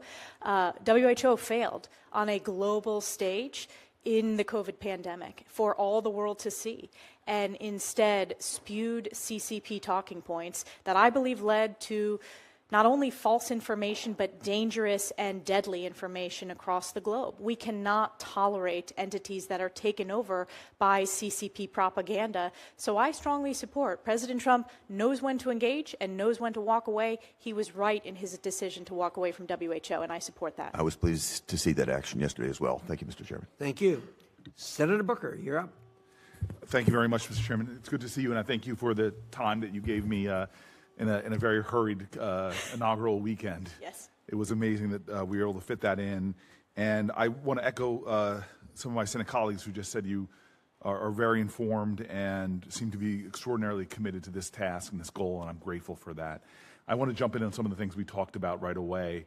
I'm so grateful for Senator Kaine bringing up Haiti and the importance for us to come up with some bipartisan foreign policy agenda or strategy to deal with that crisis there.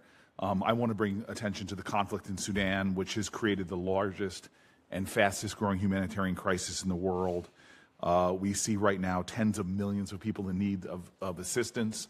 The humanitarian crisis, from hunger and malnutrition all the way to political destabilization in neighboring nations like Egypt, which are seeing this extraordinary overflow of urgencies as a result of the immigration and displaced people that are landing in that country. I'm deeply concerned about recent reporting from the New York Times stating that the SAF has used chemical weapons on at least 2 occasions, and I am really believing that we are lacking the kind of pressure on a lot of our allies and other nations that are involved in this conflict. And so this is a real time for, and as I talked about now, Secretary of State Rubio, about really aligning a diplomatic strategy in trying to bring about an end to this conflict, which will not be solved ultimately through the use of military conflict and needs a diplomatic solution. And so for now, in the short term, the need to protect civilians is paramount. And this is an issue where obviously, should you be confirmed, you can lead. And I think, in my opinion, one of the things that it's been lacking from is just a general prioritization. So first and foremost, will you commit to prioritizing Sudan and an end to this horrific humanitarian crisis and politically destabilizing reality we see now? Yes, absolutely. And I think that's one of the great responsibilities of this role is prioritization of what we speak out against on the world stage at the United Nations. And I'm grateful for this committee's bipartisan work on the Sudan Accountability Act. The special envoy position is very important, and raising the awareness. The challenge we have is there's implicated nations in supplying arms to this conflict. I'm wondering if you have some thoughts about how you could use your position to try to bring about an end of the cooperative parties that are fueling the conflict. Absolutely. I mean, we will have to have strong conversations led by the President and Secretary Rubio with the UAE, the Egyptians, the Saudis, and that will be critical. I'm not going to get ahead of the Secretary of State and the President, but certainly will be supporting them at the U.S.-UN mission to do so. Okay. And then just the ideas of refugee assistance in the area and some of the specific, as we talked about, some of the specific UN agencies that really are the lead and provide this time for 3 months could have sort of a cataclysmic impact, not just on the humanitarian crisis, but also on the stability of some of our allies in that region, specifically from the Chad-Sudan border to Egypt as well. Some of the life-saving work done by UNHCR, the World Food Program, and more. And I'm just wondering if you could share with the committee some of your thoughts about how to navigate the urgent importance of these UN agencies and their ongoing work.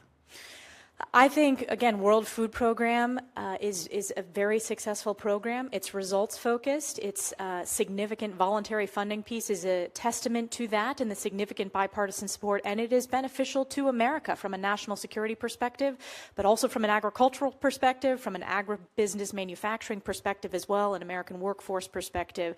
So I think we need to look at all of our programs, do an assessment of, do they answer the questions of, does it make America stronger, safer, more prosperous? That should be our guiding light, and America First, peace through strength. And I am very committed to ensuring that all the U.S.-UN programs that we do that assessment, and where America leads, I think we're going to come out in top in terms of the efficacy. And I'll just say in conclusion, because my time is up, the challenge we often have is we're reactive to crises that if investments were made early on in the stability of nations, we could have done much better. And in many ways, with this global power contest between us and the Chinese, we allow them to get advantages from our lack of even engagement or focus.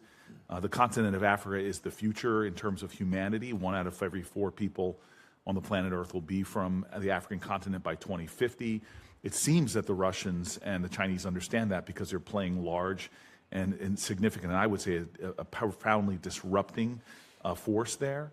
And so having a person in the position nominated for who is focused on the continent, who is engaged and making sure that we as the United States protect our interests, things that make us safe, strong, and prosperous, and understand that it's only the crises that often begin to destabilize regions and cause fertile ground for terrorism and government overthrows, but also start to develop the bonds of trust and partnership that are necessary for long-term prosperity for us and many of the extraordinary nations who want to ally with us and not the Chinese.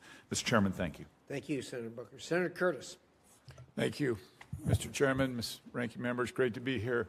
Representative Stefanik, I enjoy calling, having served with you in the House. and bring nothing but good comments about your service there and favorable impressions of your work there. Also enjoyed serving with you on the first China task force, and appreciate your work in protecting Taiwan and protecting Israel. And to talk just a little bit about Taiwan first and China first, UN Resolution 2758 shifted a recognition of China at the UN from Republic of China to the People's Republic of China, but didn't really address Taiwan and their status and their sovereignty. China has been since working to reinterpret the resolution to reassert sovereignty over Taiwan, and particularly in international organizations. One example of this that kind of jumps out is International Civil Aviation Organization. They've implied Taiwan as part of China in a press release, and this was most noticeably evident during a viral World Health Organization interview at the height of COVID-19. When a Hong Kong journalist asked about Taiwan's pandemic response, the official avoided the question about Taiwan, stating, "We've already talked about China." And all parts of China, implying Taiwan was part of China, should not be subsidizing the salaries of people who undermine Americans' allies. So can we talk specifically about how we counter China's influence in the years? A lot of organizations, world organizations that Taiwan can belong to, and we'd love to just hear your thoughts on that. Yes, thank you so much. It's great to see you on this side of the Capitol now, Senator Curtis. It was a real privilege to serve with you for many years in the House. You and I have worked extensively on this issue, both setting up the China Task Force, which led to the bipartisan Select China Committee. As I mentioned in some of the previous questions, I am committed to making sure that Taiwan has the most maximum meaningful participation within the UN system, as it should in all international organizations. We have to be vigilant, both in the long term and the short term, to make sure that China is not able to make significant inroads with the CCP in international organizations. I also want to point out that I have a record on this issue legislatively. Over the past decade, I have voted consistently in support of defensive aid to Taiwan. I believe deeply in deterrence, Pacific, and you can look at, whether it was the last major vote we took on that defensive aid package, I voted in support of it. Yeah, thank you, and would love to help you in those efforts. I think it's very important for the U.S. and for our taxpayers. I sponsored a bill over in the House that would actually require the State Department to rank the agencies in the UN by order of importance. And you can see on one hand, we have the Security Council, where it's important for us to have a veto vote, and then UNRWA. And yet the State Department insists that these are all equal and all important in the U.S. interest. I understand the President plans to defund some of these. Can you give me a sense from your perspective how you begin to with your team, limited resources, figure out which of these agencies are actually important in the best interest of the United States and which ones we need to address? Thank you. We want to do a full assessment of all the UN sub-agencies and making sure that every dollar goes to support our American interest. As the U.S. ambassador, I believe that is my responsibility, to stand up and support the American people and President Trump's America First, Peace Through Strength. In terms of our assessment as this confirmation process, for example, the UN Security Council is in a different position than UNRWA, which I think should be at the bottom of the list. And I have voted to defund UNRWA, and we've discussed that extensively today. But I am interested in that bill and in seeing the outcome of that bill. I would like to see a ranking, and we want to do that assessment working with Secretary Rubio and working with President Trump and the National Security Council to make sure that the programs we're funding represent our values. Sometimes back home, you hear the calls to defund United Nations, and it's more nuanced than that. And so to the extent that we can better clarify which of these agencies are helpful and in the U.S. interest and which are not, I think would be terrific. And I think connecting it to the American people directly. For example, take the World Food Program, connecting that to our American farmers. I have a very agricultural district. That's important to make that connectivity to the American people who are very interested in where their taxpayer dollars are going, as they should be. Yeah, thank you very much. Senator Curtis. Senator Murphy. Thank you very much, Mr. Chairman. Thank you very much, Representative, for your commitment to the country and your willingness to serve. I deeply appreciate the work that you have done to combat anti-Semitism. I appreciate your commitment to bring that work to the United Nations. I think it is a cancer, both domestically and internationally. You and I worked together over the last year and a half to dramatically increase funding for the not-for-profit security grant program that sends money to synagogues and Jewish community centers to invest in security upgrades. I'm heartbroken that we need to do that, but it is an important moment to support those communities. I agree that it's a problem you will confront at the UN. It is also a problem, as you have raised, domestically, both on the right and the left. I think anti-Semitism work is best when we call out what's happening on both sides of the aisle. What do you think of Elon Musk, perhaps the president's most visible advisor, doing 2 Heil Hitler salutes last night at the president's televised rally?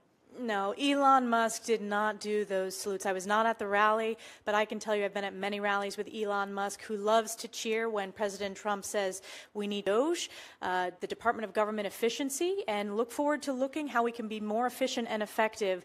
But that is simply not the case. And to say so is the American people are smart. They see through it. They support Elon Musk. We are proud to be the country of such successful entrepreneurs. That is one of our greatest strengths as Americans. Let me share with you what a few Americans have said about it. Evan Kilgore, a right-wing political commentator, wrote on X, "Holy crap, did Elon Musk just Heil Hitler at the Trump inauguration rally? This is incredible. We are so back." Andrew Torba, who's the founder of the right-wing Christian nationalist social platform, the Proud Boys chapter in Ohio, posted the clip on a Telegram channel with the text "Heil Trump."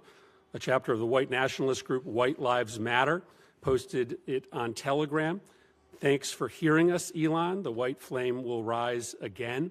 I could keep going. Over and over last night, white supremacist groups and neo-Nazi groups in this country rallied around that visual. Does it concern you that those elements of the neo-Nazi and white supremacist element in the United States believe that what they saw last night was a neo-Nazi salute? What concerns me is these are the questions you believe are most important to ask to the UN ambassador. I have a very strong record when it comes to combating anti-Semitism. We just had a historic election where President Trump earned historic support from American voters because of his strong leadership combating anti-Semitism, which has been a scourge across the country, skyrocketing since October 7th. So I intend to bring moral clarity to this position and continue to speak out as a voice, as a beacon of light, condemning anti-Semitism at the United Nations, which is representative of President Trump's record and President Trump's promises that he made on the campaign trail. You are right. These are the questions I choose to ask because I think that your work and the administration's work on anti-Semitism only comes with real impact and credibility if it holds both right and left accountable. I simply don't believe that if a member of the squad made that same gesture last night, that there wouldn't be commentary from you and others. So I want to make sure that our work has credibility, and credibility comes with calling anti-Semitism and anti-Semitism behavior out when it comes from both the right and the left. Let me just turn to one issue that has come up several times and ask you for a quick response. The decision to leave the WHO, I think, is a mistake, but I think you would agree that we are going to need to still find a way to play a role internationally in global public health standards. We do not want to let the Chinese essentially set those rules for us because ultimately pandemics will find a way to us. Can you commit to this committee, notwithstanding the decision to leave the WHO, that you're going to make sure we find a way to have impact on the global stage when it comes to global public health rules? I support President Trump's decision to leave WHO. I have a record of that. But yes, I think we need to be the leader in terms of global health. I think that's very, very important. And there are programs within the UN that are very committed to global health. We are the leader when it comes to global health. We need to absolutely continue to be so. Great. Thank you, Mr. Chairman. Thank you very much. Next up, we have Senator Cornyn. You're up next. Oops, I'm sorry. Senator Scott, I'm sorry. You were here at the gavel. Thank you. Thank you, Chairman. First, congratulations on your appointment to be ambassador to carry out his America First policies on the world stage and defend our best interests. Representative Stefanik, the United States helped fund the United Nations, and the goal was always a forum for the world's governments, especially the great powers, to be able to establish and keep peace if possible. This is clearly not what the UN is today. It has been in the eyes of many of our eyes, just complete failure. So what are your thoughts? I think that the UN has not lived up to its founding mission of international peace and security, and that was when I discussed this potential role with President Trump. He said there was great potential if it returned to that founding mission. If you look at the anti-Semitism and the amount of resolutions targeting Israel, that is not meeting the mission of international peace and security. So I also think, being good stewards of U.S. taxpayer dollars, looking at the organizations within the UN system that work, that function, that are results-based, that are transparent, accountable, and the American people support them, that they support our national security strategy, versus their parts within the UN that I'm deeply concerned about that I think are very in need of reform. Thank you. Now on to Israel. The UN has a long history of disproportionately targeting Israel with resolutions, inquiries, and sanctions. Specifically, Agenda Item 7, which mandates the discussion of alleged Israeli human rights abuses at every session. This agenda item is unique to Israel and is not applied to any other nation like China, Russia, Iran, North Korea, Cuba, or Venezuela, who all have documented severe human rights abuses. Given that U.S. funding indirectly supports investigations and resolutions that single out Israel, what is your plan to increase transparency and accountability in the allocation of UN resources and American taxpayer dollars? I think this is a key in the UN system, and that is my commitment to do so, to deliver that transparency and accountability as part of this process, assessing all of our UN programs, our funding, to see if they're effective and if they are supportive of American values. And then if they're not, then we need to have serious conversations with our appropriators. Thank you. Many UN member states with barbaric human rights records are quick to criticize Israel while avoiding scrutiny for their own bad behavior. How do you plan to hold them accountable? I think holding them accountable with our voice is very important. Speaking out, that was one of the lessons in the committee hearing with higher education, with the colleges and universities. When you speak out with moral clarity, the world and the American people listen. We need to ensure we have that moral clarity with our U.S. ambassador to the United Nations every single day. In recent years, there have been calls to withdraw or reduce U.S. funding to UN agencies that are clearly anti-U.S., anti-West, and support the hostile states that use the UN for themselves and against us. What actions are available to you to make clear that the United States will no longer accept being treated this way at an international organization we largely fund? I think President Trump is the strongest commander-in-chief in terms of he knows when to negotiate and he knows when to walk away when organizations are counter to our national security or counter to American interests, whether it's the WHO or whether it is other organizations within the UN system like UNRWA, and I hope to support his leadership in this role. So I look forward to your tenure at the UN, and what would you consider to be your success? What would you hope to say you accomplished in your 4 years? I would hope to accomplish support of President Trump's America First, Peace Through Strength. I would also hope to accomplish significant reforms to demand results and efficacy of every dollar that goes to the UN. For decades, this committee on a bipartisan basis has talked about the importance of reform.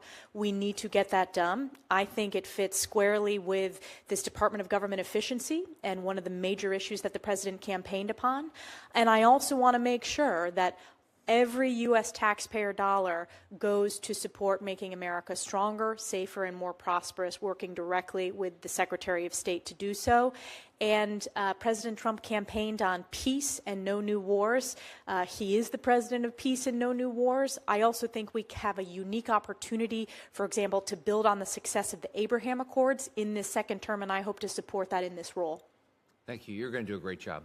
Thank you, Chairman. Senator Rosen. Well, thank you, Senator Ricketts, for filling in for Chairman Risch, and Ranking Member Shaheen for holding this hearing today.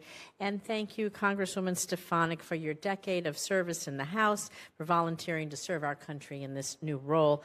I enjoyed working with you when we were on the House Space Science and Technology Committee. I want to congratulate you again on your nomination. And I do really appreciate your comments today about how you'll tackle anti-Israel bias at the UN, which, of course, I'm also extremely concerned about, but it's precisely because of that bias that I believe we must lean in to leadership at the UN, not diminish our role. And as you and I discussed last week, if we're not at the table, our seat will be taken by someone who does not share our values and does not defend our allies. Move on to some other questions that haven't been asked, and I'm going to move on to Lebanon because there's a lot going on. And the UN Security Council Resolution 1701 states there should be no armed presence in southern Lebanon other than the Lebanese armed forces. UNIFIL is charged with monitoring and enforcing this resolution. But instead of disarming, Hezbollah has expanded its military presence, stockpiled weapons, constructed tunnels, often outmatching UNIFIL peacekeepers who are not mandated for broad offensive actions, especially against a terrorist group like Hezbollah. Even in the wake of Israel's successful degrading of Hezbollah forces and the LAF moving into southern Lebanon, it is clear that something has to change. UNIFIL must support the effort if more of these achievements are to be sustained. So, Congresswoman Stefanik, how can the U.S. ensure that UN Security Council Resolution 1701 is fully enforced, and how will you work within the UN system to ensure that UNIFIL can play a significant support role in maintaining security in Lebanon? Thank you, Senator Rosen. It's a very important question. I'm glad you raised it. UNIFIL has not met its mission. It has failed as we've seen the digging of the tunnels, as we've seen tens of thousands of rockets from Hezbollah into Israel. And we've had tens of thousands of Israeli families who have had to leave their homes in northern Israel because of the rockets. We need to ensure that UNIFIL is a peacekeeping mission that we need to do an assessment of. It has failed in its mission, and we're going to have a strategy moving forward. I do think this is an opportunity with the effective operations of Israel against Hezbollah and Hamas leadership to continue to build on that success, to not have these regime of terror continue to grow in those regions. Well, thank you. I look forward to working with you on that. And staying in the region, I want to focus on Syria for a moment because the UN Security Council also has an opportunity to play a critical role in supporting Syria's political transition following the fall of Assad's brutal regime. The U.S. had previously supported UN Security Council Resolution 2254, which provided a roadmap for an inclusive, non-sectarian Syrian government. But this resolution was passed nearly a decade ago, and a lot has changed in the last 10 years. So what do you think the role of Security Council Resolution 2254 should play in Syria's future? If it is outdated, I know you'll take a look and review it. Do you have an opinion about what might need to change or how we respond to recent developments? I think it's a starting point that we need to look at. Obviously, this is a significant change within the region, within the Middle East, with the Assad regime, which I condemned consistently during my time in Congress. The brutality, the human rights, the chemical weapons used against the Syrian people. We need to be cautious and judicious with the new leadership in Syria. We cannot allow it to be a den of terror against its own people. So I would view that as a starting point as we discuss this on the National Security Council and as the President makes his decisions for the best approach when it comes to our approach to Syria. And being sure that we deliver that humanitarian aid that we need. I want to finish my last few seconds talking about UNESCO and artificial intelligence. So the field of artificial intelligence rapidly evolving, again critical. We have a seat at the table to develop shared AI standards, guardrails, best practices. UNESCO has become an important forum for global conversations around the ethical development and use of AI, and produced the first ever global standards on AI ethics in November of 2021. We know China's made a concerted effort to increase its engagement with standard-setting bodies, including UNESCO.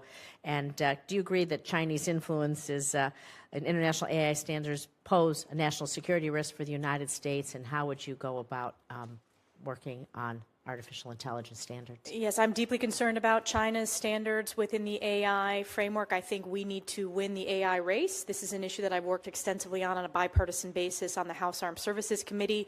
I helped stand up the Joint AI Center within DoD. We need to work with the private sector as well to unlock capabilities to be the world leader and work with partners. I think this is a real opportunity to work with partners and allies around the world to make sure that our standards based upon the ethical use of AI, that is the approach.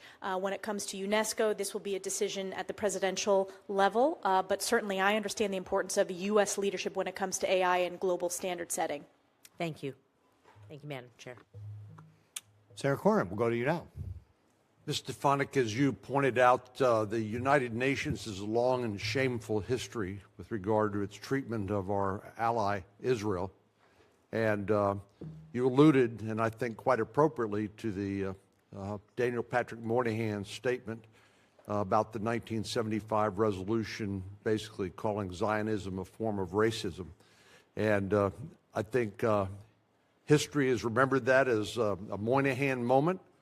And I look forward to many Stefanik moments during your tenure there at the United Nations. I'm pleased to support your nomination. I have a couple of questions, one about Iranian nuclear aspirations and the other about Russia. First, let me start with Russia. We know that Mr. Putin does not honor any obligations of the Russian Federation dating back to 1994 with the Budapest memorandum, where he said they would protect Ukrainian sovereignty in exchange for relinquishing their nuclear weapons. More recently, he's not only engaged in an unprovoked and barbaric attack against Ukraine in violation of that very agreement, but also engaged in a de facto annexation of Belarus. What do you think our policy should be in dealing with Mr. Putin? My view is that he is not going to stop as long as he feels like he has an opportunity to reestablish the Russian Empire to do. What do you think our national policy with regard to Mr. Putin should be and his territorial aspirations? Sure. So I can point to my record. I have been very strong in support of our deterrence efforts through the National Defense Authorization Act that we've passed on a bipartisan basis. I would point to President Trump's success in his first term. As I pointed out, he is the only modern president where Putin did not invade another country, and that's because of the strong leadership that President Trump brings every day. We did not see that with our previous president, in President Joe Biden, and I think the catastrophic withdrawal led to this cascading of weakness around the globe. And of course, one of the after effects was Russia's decision to invade Ukraine. I think the president needs to have maximum flexibility to bring this resolution to an end, a peaceful resolution, stopping the killing, stopping the bloodshed. He campaigned on this issue, and certainly Secretary Rubio testified extensively on this issue as well. So I want to support his commitment to do so through his special envoy and his decisions as president. It seems like the Biden administration has tried to use diplomacy without the credible threat, at least, of the use of force. Do you think diplomacy works without deterrence? I think you need to have deterrence. I think deterrence is key. You're talking to a member who's been on the House Armed Services Committee, who's served on the House Intelligence Committee. I think deterrence is our strongest way to ensure that we have peace. I've been proud to help rebuild our U.S. military in the first term of President Trump when he signed the National Defense Authorization Act in my district at Fort Drum. So I'm a deep believer in deterrence. Diplomacy is very important as well. And that's one of the reasons why I think it's important that this position serve at the cabinet level. And I'm honored that the president nominated me to be in his cabinet in this position. As you know, because you have a record dealing with the UN Security Council Resolution 2231, adopted as part of that deal, the Iranian nuclear deal in 2015, was snapback sanctions if Iran violated the agreement, which it has clearly done time and time again. President Trump sought to initiate those snapback sanctions in August of 2020, but it was not successful at the time. In 2023, you signed a bipartisan letter, as you'll recall, to the British, French, and German leaders, urging them to immediately initiate the snapback mechanism. How important do you think it is that that snapback occur, and what threat is there to the region and to world peace of Iran acquiring a nuclear weapon? Oh, it's the most significant threat to world peace and specifically to the region. And I have a long record on this issue. I think it will be an important tool to consider in the president's toolkit as he pushes back on Iran. If you look at the success in his first term of the maximum pressure campaign on Iran, we had the Iranian regime, he had the Iranian regime at its weakest point. And what we have seen with the hundreds of billions of dollars sent to Iran during the last president is you have an emboldened Hamas, who committed the bloodiest day for the Jewish people since the Holocaust on October 7th. You had an emboldened Hezbollah, which luckily successfully Israel has continued to eradicate the terrorists of both Hamas and Hezbollah, and that's funded by Iran. So it has a cascading effect across the region. One of the greatest breakthroughs to push back on Iran is the Abraham Accords and building upon that success. Also using our energy policy, and President Trump was a visionary in this space, understanding that energy policy is national security around the world. Thank you. Senator Van Hollen.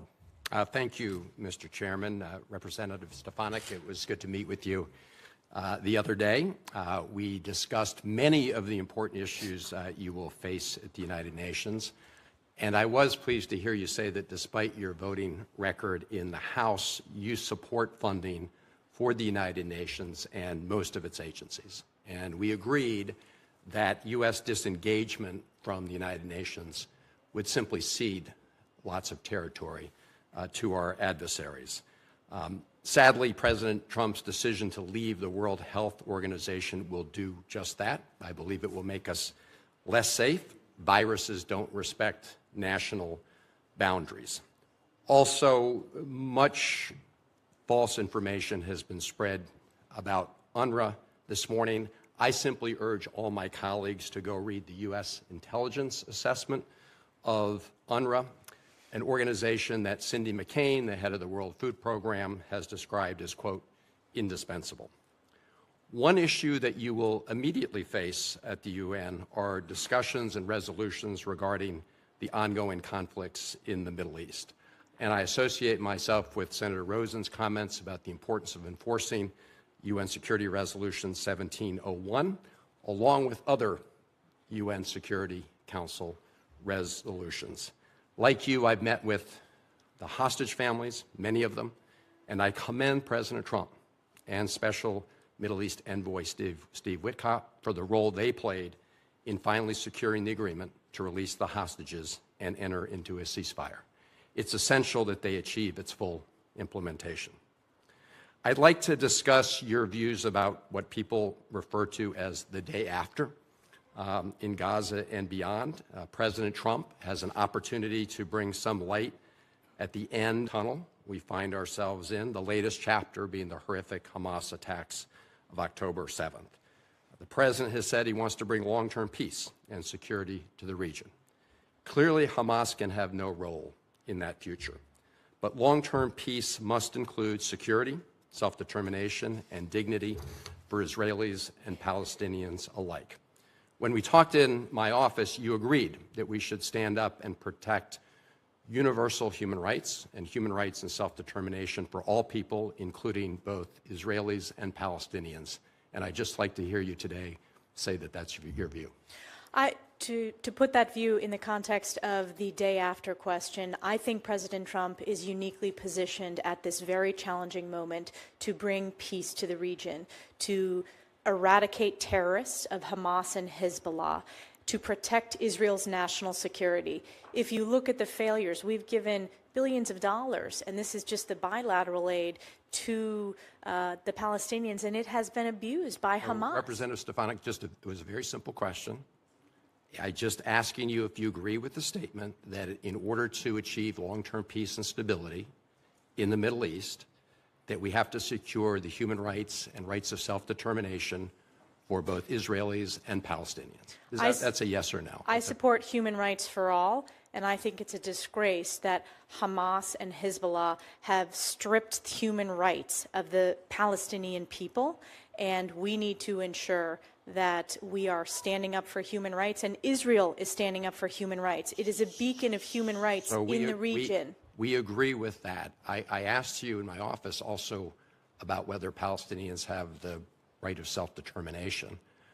My understanding was you said yes. Do you have a different answer today? That was not the direct question that we discussed. I said the Palestinian people... You believe that Palestinians have the right of self-determination? I believe the Palestinian people deserve so much better than the failures that they've had from terrorist leadership. It's just a pretty simple question. And I believe we need I take it peace in the region. Of course they deserve human rights. So... I want to ensure that, number one, we bring the hostages home. So do all of us. Representative Stefanik, let me just ask you. I have 30 seconds left. I'm rarely surprised by answers in my office, but I did ask you whether you subscribe to the views of Finance Minister Smotrich. Who? I'm sorry, Finance. Smotrich, this is the Israeli Finance Minister Smotrich, and the former National Security Minister Ben-Gvir, who believe that Israel has a biblical right to the entire West Bank. And in that conversation, you told me that, yes, you shared that view. Is that your view today? Yes. Okay. I think when it comes to this very difficult issue, if the president is going to succeed at bringing peace and stability to the Middle East, we're going to have to look at the UN Security Council resolutions, not just the ones on Lebanon, which we should enforce, but other UN Security Council resolutions. And it's going to be very difficult to achieve that if you continue to hold the view that you just expressed, which is a view that was not held by the founders of the State of Israel, who were secular Zionists, not religious Zionists. Thank you, Mr. Chairman.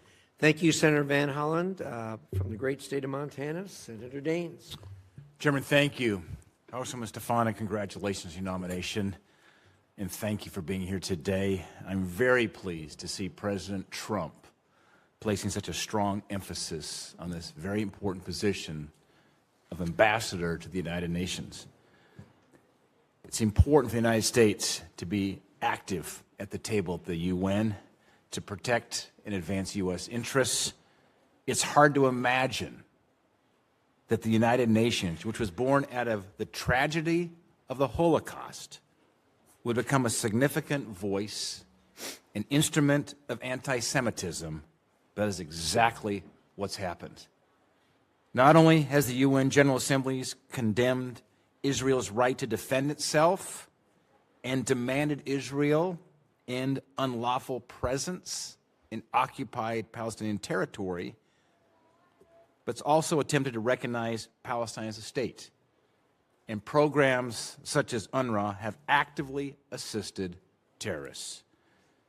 I remember being in the Hezbollah terror tunnels in late August of 23, seeing what was planned. In fact, when you walk down with IDF soldiers to see spray paint in Arabic on our way to Jerusalem. And little did we know when we were touring those Hezbollah terror tunnels in northern Israel, between Israel and Lebanon, that weeks later, the worst terror attack in Israel's history would occur, October 7th, 2023. Congresswoman Stefanik, if confirmed, you will have to be a stalwart advocate for U.S. interests. And by the way, I could not be more pleased with President Trump's moral clarity on these difficult issues as it relates to what's happening in Israel. Secretary Rubio, great to see him sworn in today. You, as being our next ambassador to the United Nations, Ambassador Huckabee nominated for Israel. This will be a great team that has moral clarity on these difficult issues. You'll be a stalwart advocate for our interest among an organization that continually advocates against American values, despite existing only because the United States financial contributions to its budget. Congresswoman Stefanik, the UN has had no greater demonstration of their ineffectiveness than its failure to prevent Iran from advocating their nuclear weapons program. In your opinion, how could the United States, as a member of the Security Council, encourage the UN to take actions to curb the advancements of Iran's nuclear program? I think this is related to the question by Senator Cornyn, consideration of snapback sanctions, continuing to be a strong voice pushing back against Iran. supporting the president's maximum pressure campaign, which was so successful in the first term, that we will see a continuation of in this term. And I think that is also the critical step to take to stop the axis of terror in the region, as Iran is the #1 funder of Hamas and Hezbollah and the Houthis, which is destabilizing the region. I also think building on the success of the Abraham Accords, I mentioned this earlier in the hearing, we have an Abraham Accords caucus here, starting an Abraham Accords caucus in the United Nations with countries who understand the importance of bringing peace and normalization to the region. You know, I remember that visit in late August, my last trip to Israel since the attacks, but meeting with Bibi Netanyahu, the optimism coming off the Abraham Accords with the possibly restoring normalized relations between Saudi Arabia and Israel, there was great hope and optimism, of course, shattered, not by the Israelis, but by this horrible terror attack by Hamas. A number of my colleagues have asked about your plans for changing the staffing dynamics and putting forward more U.S. candidates for postings. Congresswoman, I'm very supportive of this, but how do you plan to push back against individuals like the Secretary General who lowered flags to half-staff for the butcher of Tehran, their late president? We're going to push back with strong moral clarity. We're going to push back with President Trump's America First, Peace Through Strength. As the United States ambassador at the United Nations and the #1 funder, we are going to push back strongly and clearly. I appreciate your moral clarity, your strong leadership, your 10 years in the U.S. House. Pleased to serve with you on the Hill, and you will be a great ambassador to the United Nations. Thank you. Thank you very much. Senator Barrasso. Thanks so much, Mr. Chairman. Congresswoman Stefanik, congratulations. I believe you're going to be terrific. A couple of things I wanted to talk to you about. Israel has continually been subjected to biased resolutions and politically motivated investigations at the United Nations.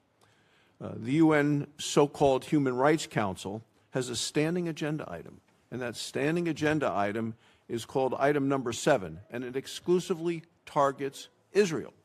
It makes it the only member of the UN, the only member state, devotes excessive time, I think time at all is excessive, in criticizing Israel while often overlooking the atrocities in countries like Iran, like Syria. 2024 alone, the UN General Assembly adopted 17 different resolutions against Israel, compared to only 6 against the whole rest of the world. I mean, it's astonishing that this is going on in the UN. So what are your views on item 7, and what steps would you think to do in terms of removal of this from the permanent agenda? We need to work to remove it from the permanent agenda. This is counter to our national security interests. It's counter to our values. And this is emblematic of the anti-Semitic rot that is pervasive within the UN system. I'm a big believer in transparency. We saw over the course of exposing, frankly, the failed leadership at college campuses, the importance of providing a spotlight when there is a lack of moral clarity, because the American people strongly support the U.S.-Israel relationship. They understand the moral case and the importance of Israel and how we should not be funding or supporting or giving any platform, frankly, like this standing agenda item. Are there things you have in mind in terms of how we can pay greater attention to the true human rights situations that are taking place in Iran, in Syria, and have the UN be forceful at all? Yes, we should have, when previous U.S. ambassadors chaired the Security Council for their month, human rights was on the agenda item. I want to make sure that that continues to be a priority, speaking out on human rights issues, which there is significant bipartisan records of both sides of the aisle coming together to really raise the awareness and speak with that moral leadership from the United States of America on these humanitarian crises and speaking up for human rights. You've answered a number of questions about China. And today, and this is a question I want to ask you. I asked the same question to Senator Rubio the other day, because I think China continues to have an unfair advantage due to the definition of China being the status listed as a developing nation, as opposed to the second largest economy in the world. To me, it's not a developing nation, which has huge advantages as a result of that in terms of funding and ability to borrow money and others in the world stage. So do you believe that China is a, quote, developing nation, and what's your plan to ensure that China is no longer able to exploit what I believe is an inaccurate label currently at the UN? No, and they have exploited not only that inaccurate label, but they are the greatest perpetrators of intellectual property theft. They are the most significant national security challenge. I think generationally, this will be the greatest challenge that my generation faces. And I think that we have an opportunity, because if you look at the bipartisan focus and concern on ensuring that we not only meet this challenge, but that our values, we continue to strengthen our partnerships and allies around the globe, I think we have an opportunity to deliver real bipartisan results in this space. Right. You, I think, used the words accountability, UN total budget right now.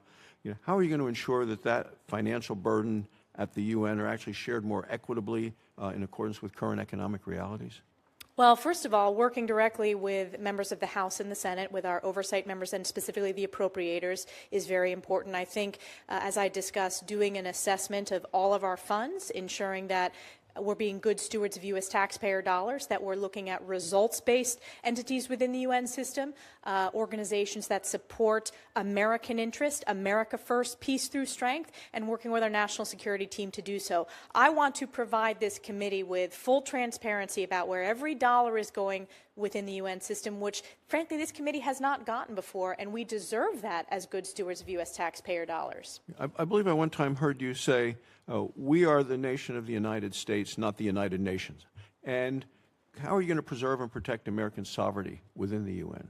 I deeply support American sovereignty, and I know that I'm going there to be, if confirmed, the ambassador of the United States to the United Nations and not the other way around, and I will always stand up for American values. Thank you. Congratulations. Thank you, Mr. Chairman. Thank you, Senator Barrasso. Senator Lee, thank you for joining us. The floor is yours. Thank you very much. Good to be back on the committee.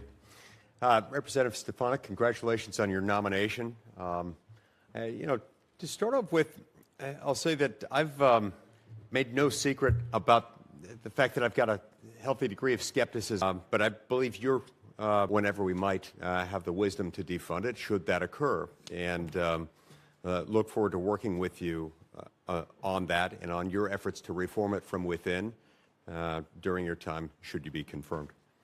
Now, the United States is one out of 193 member states belonging to the United Nations.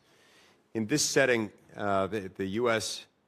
will obviously need to engage with allies and bring about any needful, proper reforms within the UN. Who do you consider our best allies within the UN system? The Brits are a very important ally in the Security Council. Israel is a key ally. I think we need to continue to make inroads with developing countries within South America and Africa. It is important to build on the success. China has had a significant effort to try to peel off those votes in the General Assembly. So I think we need to approach it that every country has one vote. And I know that as a House member, no matter what your district is, you have one vote. We need to build up and build our coalitions. Japan is obviously a key ally. Australia is a key ally. But on the P5, the Brits, we share so many values and are incredibly important. French are also an important ally as well. And then Israel. Israel is a huge priority for me, and making sure that the rest of the world knows that the U.S. stands strongly with Israel. And how would you describe the attitude of the United Nations as a whole toward Israel? I would say it's anti-Semitic. Anti-Semitic. My thoughts exactly. And that is a problem, given the U.S. relationship with Israel. It's a problem that the United Nations takes such a hostile approach. It's also concerning that within the United Nations Security Council, we have people who, let's just say, don't share our interests, who have veto power. How does that limit our ability to affect significant change within the United Nations? It's a significant challenge. It's a challenge that the ambassador, and if confirmed, we will face every day with China and Russia's veto on the P5. And it's a challenge that we're going to need to continue addressing. It is important to speak out and stand up for American values and be a voice representing the United States of America at the Security Council, but it's a challenge. The International Criminal Court maintains a liaison office at the UN headquarters in New York. And as you're aware, the U.S. granted the UN what it refers to as an inviolable headquarters district in 1947. The UN and the ICC also maintain a negotiated relationship agreement that obligates them to cooperate and exchange. But of course, as you know, the U.S. is not a party to the ICC, and with very good reason. I hope we never ratify that. In light of this, what are your thoughts on the cooperative relationship between the UN and the ICC, and would you support a negotiation of the United Nations headquarters agreement to clarify that the UN shouldn't be housing other international organizations to which the U.S. is not a party, particularly those organizations that take positions hostile to the interests of the United States? Well, thank you for the question, Senator. I have a significant record pushing back on the ICC. It is, first of all, we are not party to it. It has targeted U.S. service members as well as targeting Israel. And we just passed on the House side important legislation pushing back on the ICC's disgraceful anti-Semitism. I want to take a look at what you just proposed. I am open to assessing that, and I want to work with our oversight members to do so. I do think it's important to make sure that no U.S. taxpayer dollars. And therein lies one of the problems. We are the largest donor nation to the United Nations. We also are in a situation in which most of the money that we contribute is voluntary, not mandatory.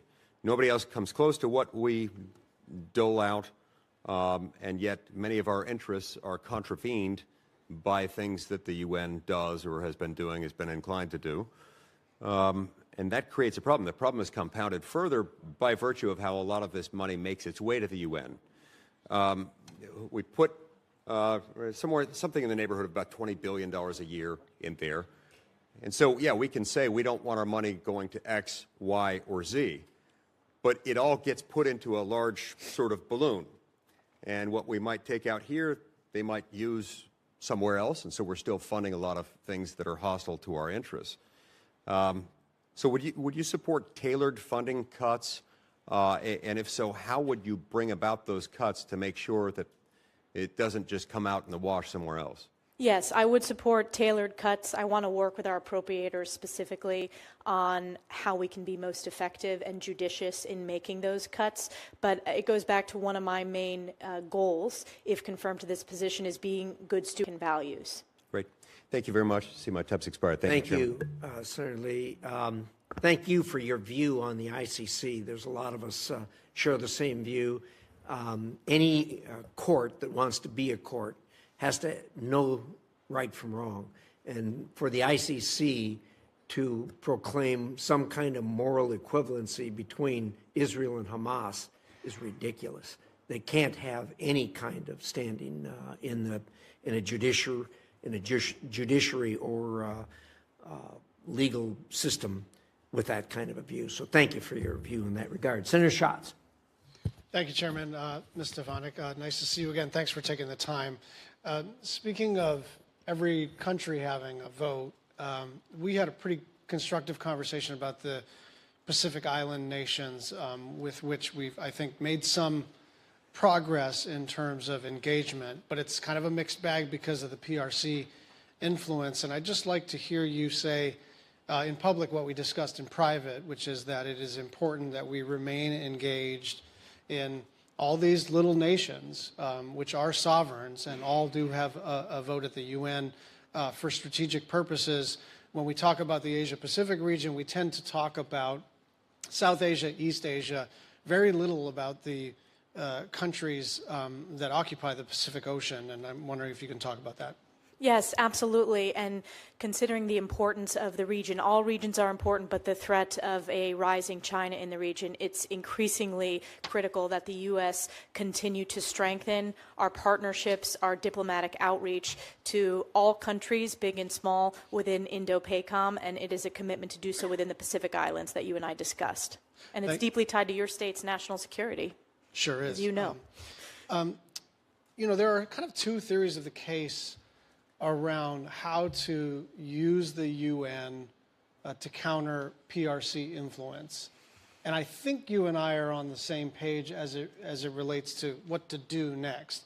My own judgment, and then you can tell me if you agree with this, is that to the degree and extent that we want to engage in muscular diplomacy, muscular foreign policy, muscular defense policy, it is not actually in our interests to recede away from all these UN bodies. And obviously, Senator Lee and I probably disagree about the UN itself and some of the policies that it's made. But I think that we would be cutting off our nose to spite our face if we just go away from these international convenings. And so, because China is not going away, they are trying to run the meetings. And to the extent that we withdraw, I know WHO is a done deal. I know Paris is a done deal. Fair enough. Elections and consequences and all of that. But I am worried that we're going to just get out of the room and then relegate ourselves to observer status and then wonder why we're losing the battle in the room. And I just want to know if you are committed to staying in those rooms, priorities and values, rather than sort of taking your marbles and going home. I think it's very important that we stay in those rooms, particularly the technical organizations like telecommunications, intellectual property, civil aviation. There was a discussion earlier about artificial intelligence. We need to lead with our standards and our values, and frankly, the world is looking for us to lead, and that's an important tool in our national security toolkit, and I look forward to working with Secretary Rubio and his strong record of being a strong voice in the U.S. Senate now that he's confirmed as Secretary of State. So certainly there will be policy disagreements. I support the President's decision, but we need to push back in the short term and long term against the CCP's inroads, and we need to do so at the lowest level, the starting entry levels within the UN system, but also the senior level and heads of these sub-UN agencies. Thank you for that. I know Senator Coons may have covered this a little bit. I understand there's a 90-day pause on all aid. And again, elections and consequences, like every president comes in and pauses material consequences like pretty quickly, and we don't have 90 days when it comes to our military partnerships. People don't have 90 days. Absolute prerogative that a president has to set their own policy course versus 90 days could be too long for some communities and countries.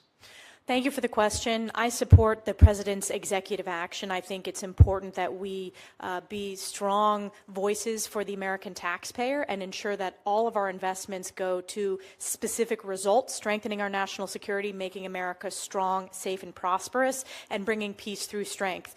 If confirmed, I will work within the National Security Council and with the President and Secretary of State to ensure that we have the strong tools that we need within the United Nations to work with Secretary Rubio on our broader national security strategy that the President has laid out for the American people.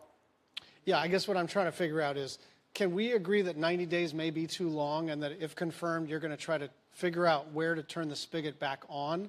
Because right now, this is a blanket freeze, and I presume some of the things that are frozen are going to get unfrozen. It'd be better if we could unfreeze some of these things in 20 days rather than 90, because there are real geopolitical consequences to freezing all aid for 3 months. Thank you, Senator Schatz. I do support the President's executive order. We will work on the National Security Council to make sure that all the tools that are needed to protect our national security, and the diplomatic piece is an important part of that when it comes to the UN. I have confidence that the President's going to make sure that we have the tools we need to protect our national security. I liked your answer to the previous question better, but thank you very much. Senator Schatz, you raise a good point. When you do a blanket executive order like that, sometimes the law of unintended consequences takes over. Having said that, every one of these executive orders can be amended, and we have a history of amending them, both sides, over years. So I'm not as concerned about that, but it is a valid and legitimate point. Thank you so much. Senator Cruz, you're up. Thank you, Mr. Chairman. Congresswoman, congratulations on your nomination. You're going to be terrific. I want to go back to a topic you discussed with Senator Cornyn. I want to focus on Iran's push to build a nuclear arsenal, which poses, I think, the most immediate and acute threat to American national security. When the Ayatollah chants death to America, he means it. And I believe he would absolutely detonate a nuclear weapon over an American city if he could. The Trump administration got Iran's nuclear program in a box and kept it there. President Trump withdrew from the catastrophic Obama-Iran nuclear deal in 2018. He imposed maximum pressure in 2019. He invoked the UN snapback mechanism in the UN Security Council Resolution 2231 to reimpose international sanctions in 2020. For that entire time, Iran was deterred from making significant advances on their nuclear program. They did not even enrich uranium above 5% or cascade advanced centrifuges. Starting in November 2020, the Iranian regime gambled that it could start rushing to a nuclear arsenal. Unfortunately, that proved correct. In November, the regime approved a new law calling for major nuclear advances. In January, they started an enrichment bunker built into a mountain that the Obama-Iran nuclear deal left open. The incoming Biden administration responded with appeasement to rescind President Trump's snapback, again allowing international sanctions to expire. For the next 4 years, the administration continually dismantled pressure on the regime and refused to impose sanctions. We know the result. Today, the Ayatollah has achieved a nuclear breakout time of 0. We now face the very real possibility of an Iranian nuclear arsenal. I do not believe that this is a threat the U.S. can tolerate, and I'm confident that both the President and Secretary of State Rubio agree. I asked Secretary of State Rubio whether he intends to go to the United Nations and again trigger the snapback mechanism as a part of his written testimony to this committee. Here was Secretary Rubio's response, quote, "I believe it is in our national security interest for the UN Security Council to snap back the sanctions that were suspended under the JCPOA. I will execute the President's guidance and work with our allies to ensure that snapback takes place." First, do you agree with Secretary Rubio's assessment that it is in... Talk about how you would execute a strategy to do so, either unilaterally or working with allies. We will have to, that will be a strategy that I develop with the National Security Council in tandem with Secretary Rubio and President Trump to work with our allies within the United Nations, within the Security Council, and there are allies that are already considering this and looking at it, and that has been publicly reported.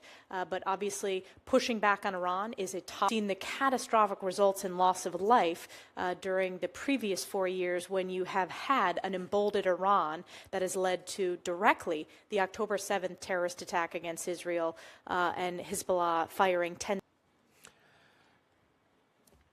Let's move to another topic. You and I talked about the deep rot in the United Nations when it comes to supporting terrorism against America and our allies, especially Israel.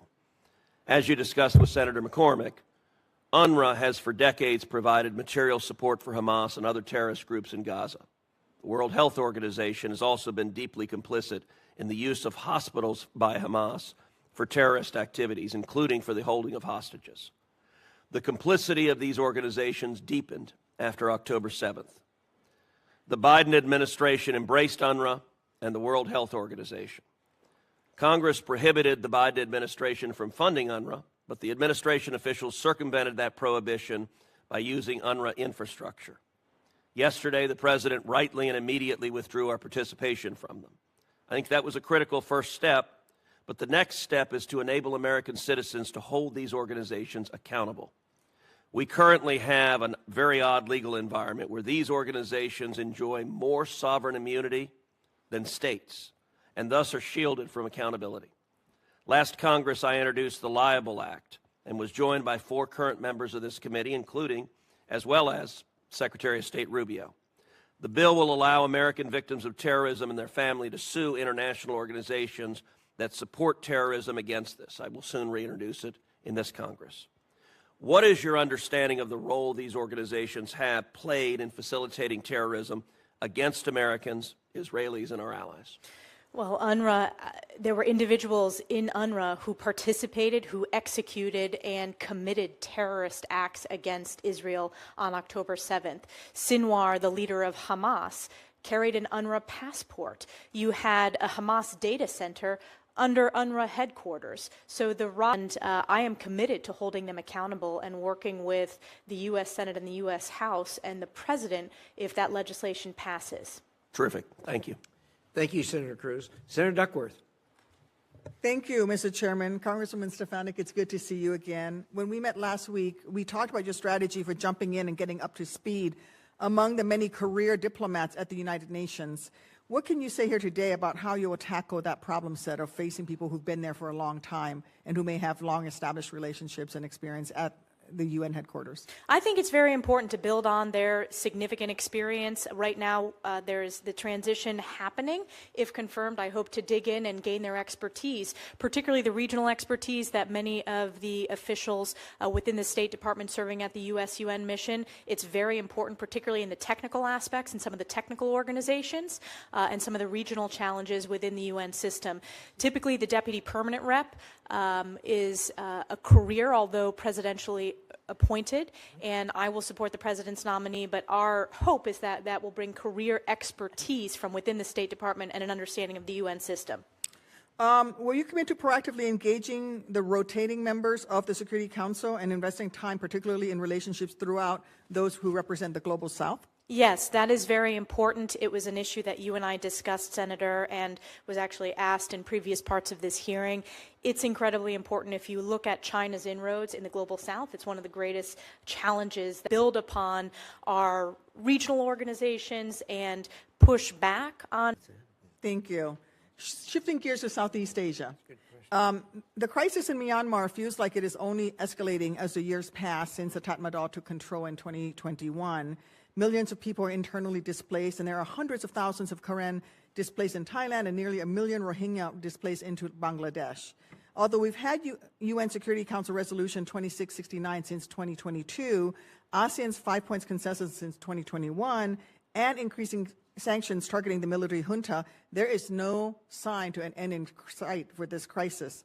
It's also created a ripe environment for criminal activity, with cyber scam centers engaging in human trafficking and enriching themselves by targeting people with fraud. This has a major economic impact, including on people here in the United States who find themselves targeted.